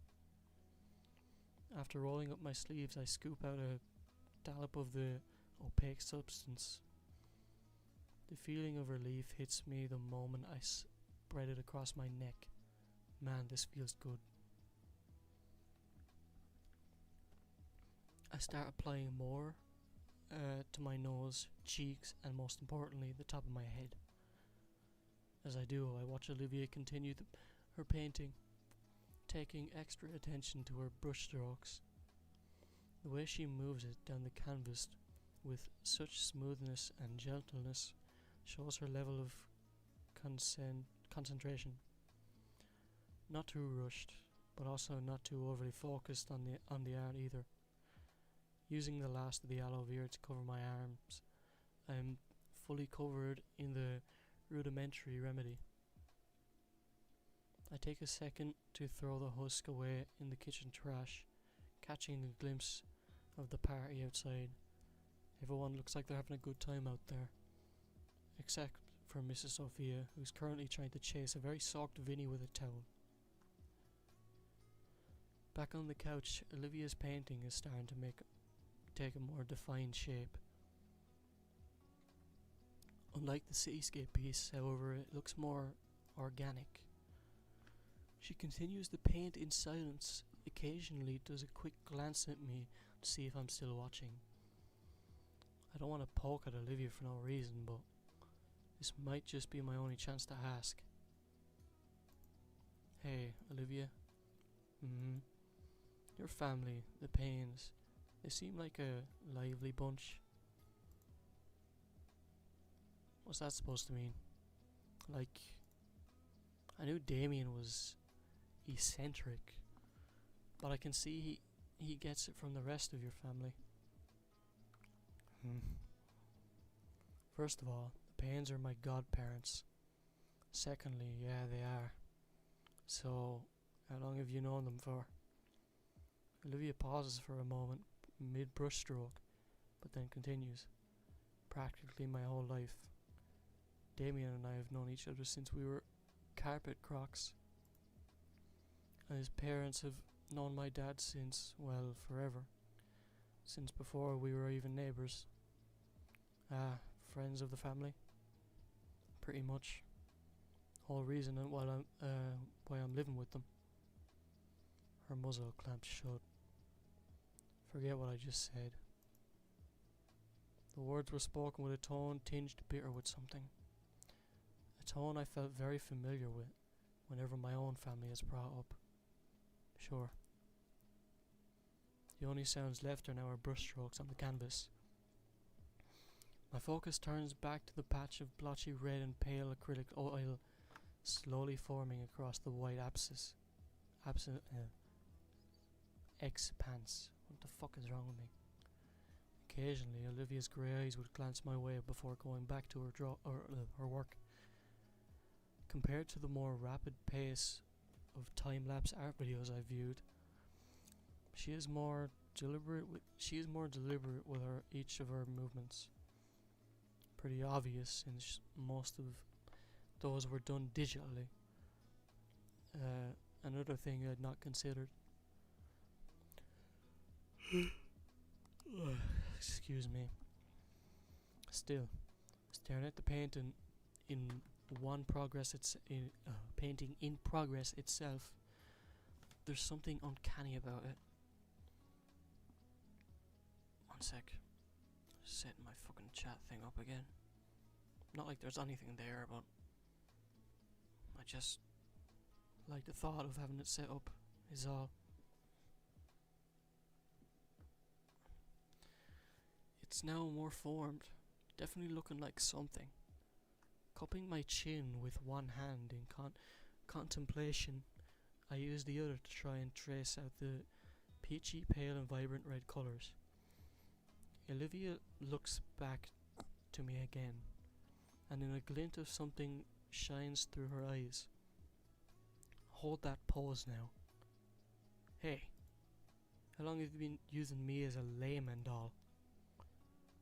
Her hands fail to cover up the snort that comes from her nose, followed by a gremlin-like cackle. Happy. Hehehe. Consider it a price to see my process. I want a refund. Nope. Looking again, it's slowly becoming an oil bust of my burnt face. Looking into a mirror, eh? Can't you at least get my good angle? Nope. Turning back to the mural du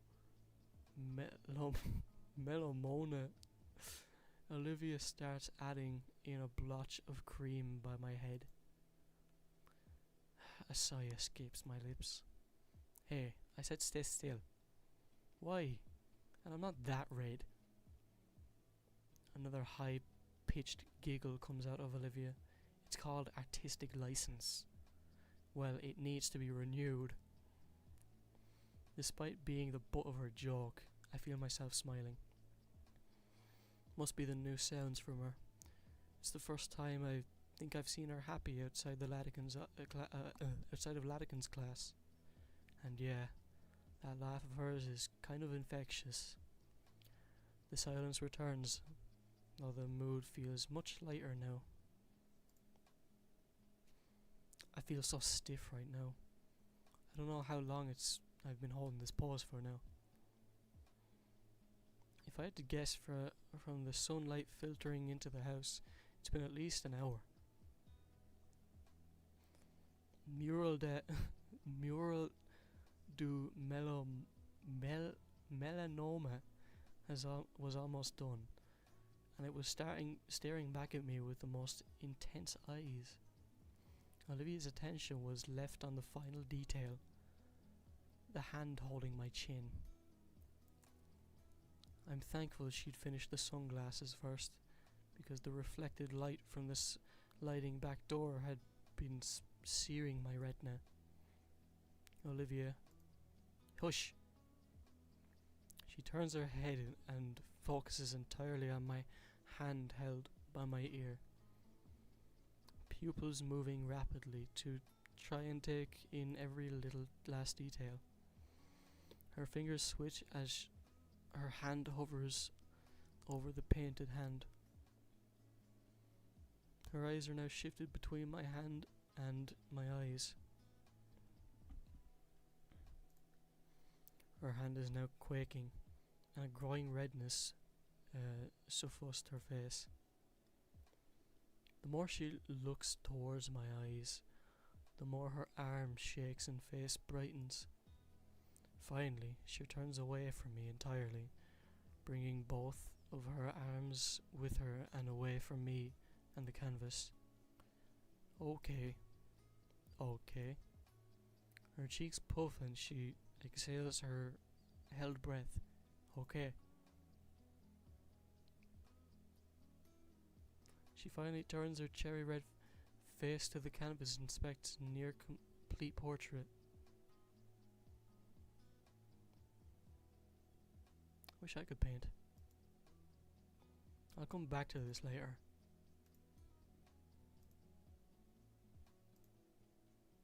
Can I? Yeah, you can drop your hands now. Finally. I lay back on the couch, feeling my spinal cord pop in rapid succession. I said your hand. Can't. I attempt to stretch my arm in front of me, and because of my stiffened muscles, my forearm is pulled back towards my face. I repeat the motion several times, the movement helping to ease the muscle until finally my arm doesn't feel spring-loaded. While I was busy trying to fix my arm, Olivia was packing up the canvas. That's about it. You can go join the others or whatever. She drags the canvas, easel and acrylic tubes back to her room. I wonder if she'll keep that one. And I wonder if she'll stay in her room again. We've been inside for a while. I don't know anyone outside is. I don't think anyone outside has noticed we've been gone. Vinny and Damien seem to accept that Olivia would stay inside, but wait. I've caught her a bit off guard.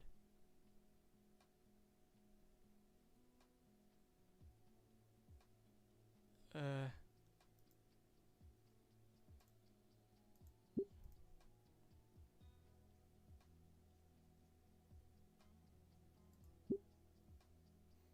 I'm going outside, it would be rude of me to leave without saying bye at least. She looks at me quizzically. Sure, but I think I'll try staying until the end. This has probably been the best day I've had since I moved here. My first real friends in a long while. I'm glad to have been invited. She's not leaving, but she's scanning me suspiciously. Damien's been a great friend, and his folks have been really nice to me. Better than my own parents even. You're lucky to have them, I think. I guess. Good for you. Have fun with that. I really need to. I think you should come along. She freezes. What? Her eyes widen and some of the colour leaves her face. No, I can't. Why not? Mr. and Mrs. Payne, they already have Vincent and Damien to worry about, and right now they're hosting all the other guests. They've got plenty to deal with already. I'm not worth the accommodations. Just leave it. Let them be normal. Even then, it's like I said, I don't have much time left. That's a little overly harsh.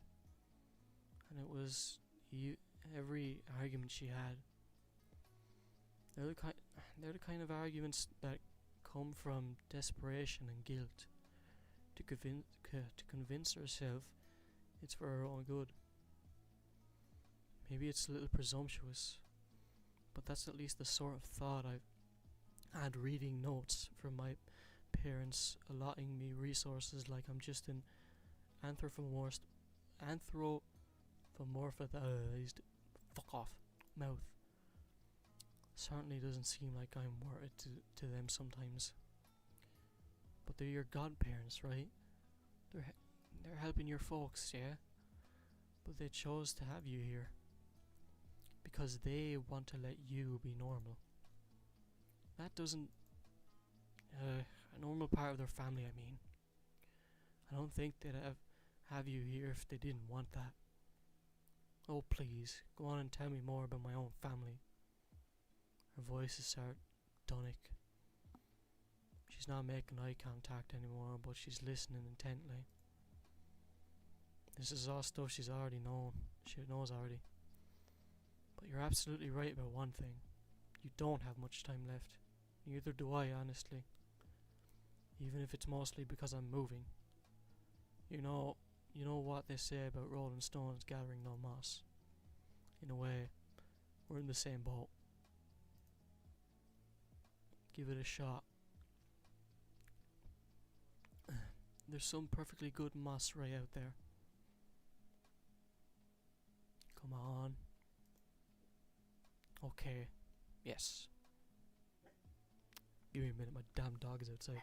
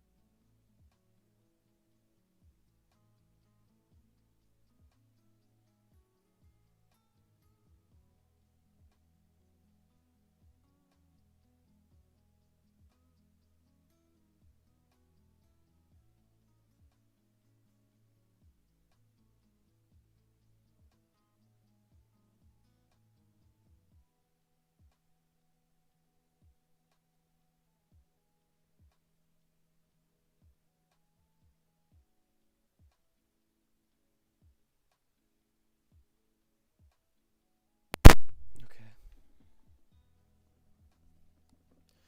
I'll try it with you. That analogy was pretty dumb, but you're right.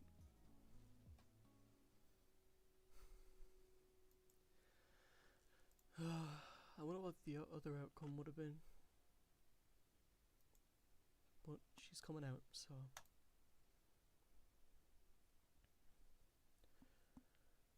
The back door squeaks back open. Even with sunglasses, I wince at the sudden brightness.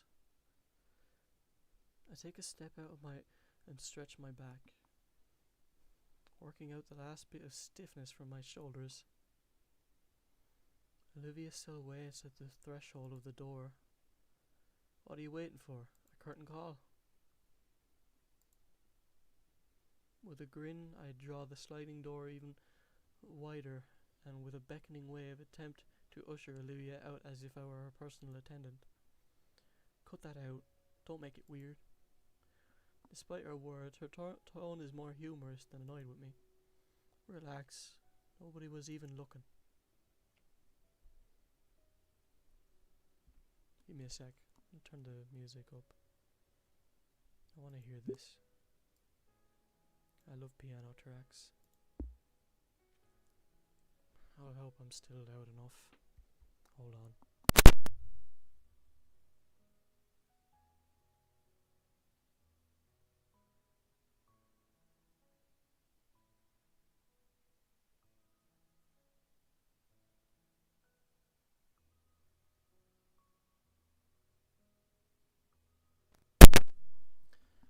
But it looks like there's definitely no more food left.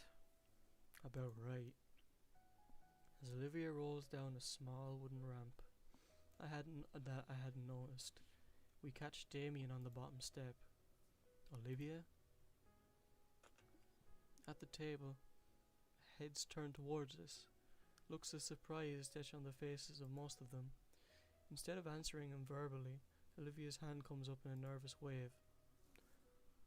The rest of the party resumes their prior discussions, although maybe a bit livelier than before. Hey, cool to see you out here again. Hey Damien, what are you all way over here for? I can't stand to be by Liz's uncle when he's eating. He's got those fibrous teeth. Ugh. Like blue whales have. Yeah, freaks me out. His dentist must make a fortune. Huh, yeah. Hey Olivia, what are you doing back out here? You forgot something? No, I just thought it'd be good to enjoy the weather while it lasts. Damien Pog. Damien perks up with his frills undulating. I don't know if I said that right. No, Damien, stop that. Olivia quivers as Damien's grin grows wider and frills start moving faster. Ew, stop it. Even I'm getting unnerved by how those things move. Damien. Sorry, you know these things got a mind of their own. Finally, it was a weird flap still. Dude, you were just complaining about Mr. Farris and his teeth. At least he can move his mouth shut. Hey, I could always wear a beanie. No, you can't. Remember the last time you tried? Both Damien and Olivia share a laugh over some event they're privy to. When they finish, Damien asks the $1,000,000 question. So, are you gonna join in, or? She turns her head my way and I give her a supportive thumbs up. Yeah. Damien finally stands from the step and we all start heading for the table. Each party goer greets us when we approach. The loudest from Vinny. Hey. You finally came to play again. The rambunctious boy hoots and hollers as he bounces in circles around her. Olivia hurls her arms and looks aside in my direction, feeling the stares from the table. I give her a reassuring thumbs up. Actually, this is perfect. Thank you, Vinny.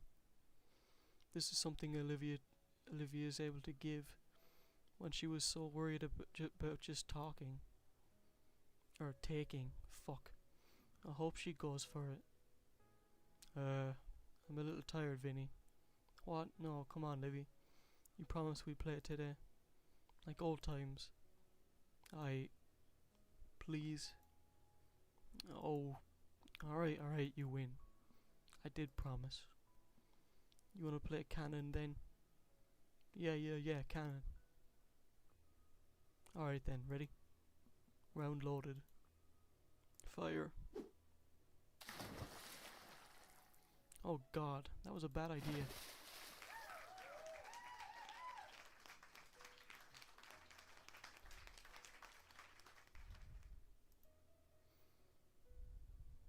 Sorry, I kind of zoned out. I'm okay, Mom. Ooh. Have you gotten stronger, Olivia? No, shut up. Anyway, can we do it again, Livy? Olivia smiles and pats his head. It's weird seeing it, but as she readies Vincent for another launch, the Gator girl has a bright, toothy smile I never thought she had. Mr. Payne? Aha, woo. Alright, I get it. Vincent? Yeah, Dad. No more cannon today. Olivia and Vincent share a disappointed look. Now, there's a lot more things you two can do. Vincent perks up and immediately rushes off. Oh, I know. Olivia turns back to the rest of the group with an uneasy smile. Mrs. Payne steps forward, her hands held up and wavering. Olivia. Hi, Auntie. Miss Payne and her husband approach both with nervous smiles. When she speaks, it's more a certain restraint, holding her excitement back. As though worried if it showed too much, she'll change her mind and go back in. I didn't miss much, right? I'm so glad you came out, dear. The older woman kneels in front of her and wraps her arms around Olivia. Aye, it's been too long, Lil Ace.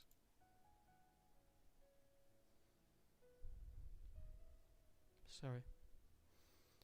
Randy's... Give me a sec.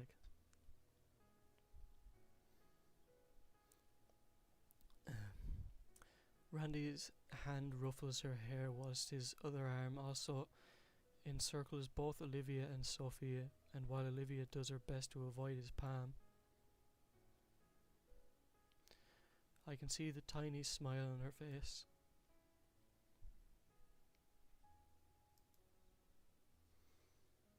Time seemed to pick up speed after Olivia had come out. Damien and his father returned to the grill, managing to prep and cook a final serving of meaty goodness for an early dinner. I decided I could go for seconds and got a few scraps on this and that. I nearly dropped my food when I get a rough pat on my shoulder from behind. It's Mr. Payne. He looks down at me with a thankful smile. Mrs. Payne and Mr. Ferris had continued their conversation till Mr. Ferris's throat ran dry, and the rest of us had to contend with a hyperactive child with an armory of foam dart guns. I felt bad for Liz. She'd become a one-woman shooting gallery for the boy, and Olivia, and me, and Damien, but at least he looked apologetic about it. But now things are winding down. The food is officially all gone. Everyone is exhausted physically and mentally, and yet thoroughly satisfied emotionally. Olivia pads by me, having returned to the pool to cool down and stretch out.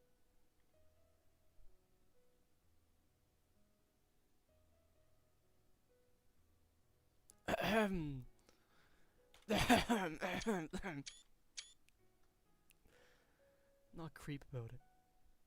Come on, shut up. She's hot, and she's cute. And no, I wasn't crying. Shut up. There was just one last thing to really cap this off. Okay, everyone.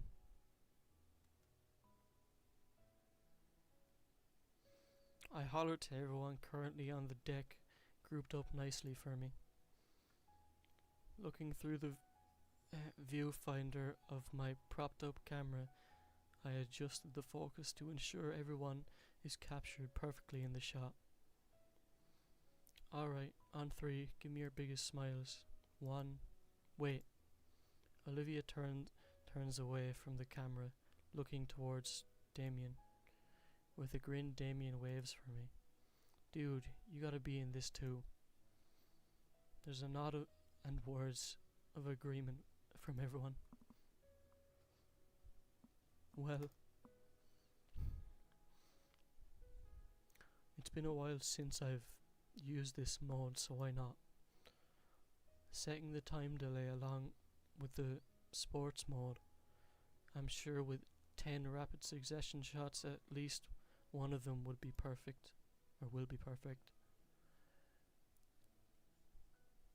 And I can always do some post-production on it too. Ensuring that the focus is still fine, I click the shutter before and keep the count in mind. 30, 29, 28. By 13, I've settled myself next to Damien and above Olivia. Alright, 9, 8, 7. I feel something wrap around my ankle and press against my back on 4. 3, 2, 1, act. You fucking assholes. My camera flash goes off 10 times as I'm pushed over by Damien and pulled into the pool by Olivia. I guess that put me in a better mood. September 25th. 5 days after my birthday. It's been nearly a full month and things are starting to feel natural in school now. Well, at least compared to my old schools. Except now I've actually made some good friends. I'm pretty sure we're good friends anyways. I don't really know how to measure friendship. Outside of the party a few days ago, I haven't hung out with any of them outside of the school. If friends just hung out at school and good friends did stuff outside of school, where does that put us? Well, it's still early in the school year. I'll figure out the friendship conversation rate at some point. And it's not like I'm rushing either. Shades, focus. Leaving my current thoughts, I realise I have been in the middle of climbing a rock wall in the gymnasium.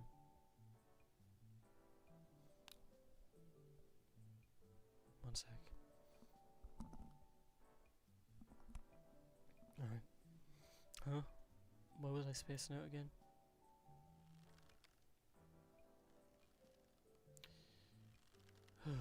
Oh, right. All the blood rushing to my head. Ouch. Alright, peel yourselves off my majestic gym floor and hit the showers. Phew. Made it just in time. I take my seat right next to Olivia and let myself relax for a second. Olivia is, as usual, doodling away in her notebook. I take a quick peek at her new work, curious to see who she's trying to turn into a caricature today. Give me a minute there, I gotta answer a call.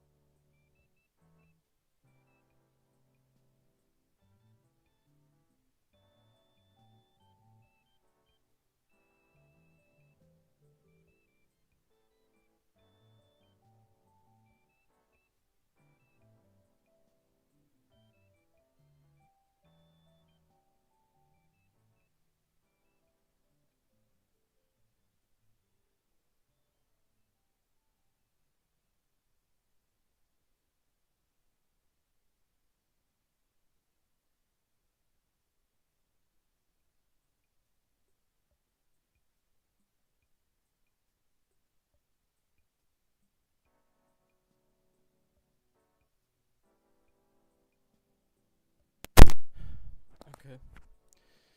I'm back. Sorry I was away so long. I just had to go do a few things. Didn't really want to, but you know.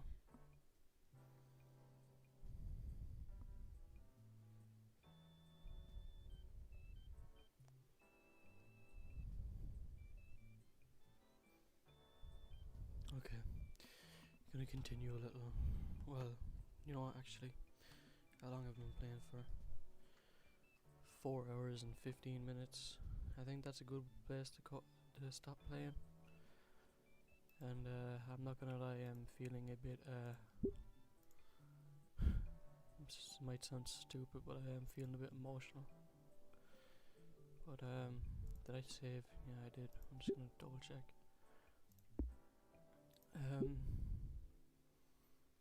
Yeah, I'm having fun so far.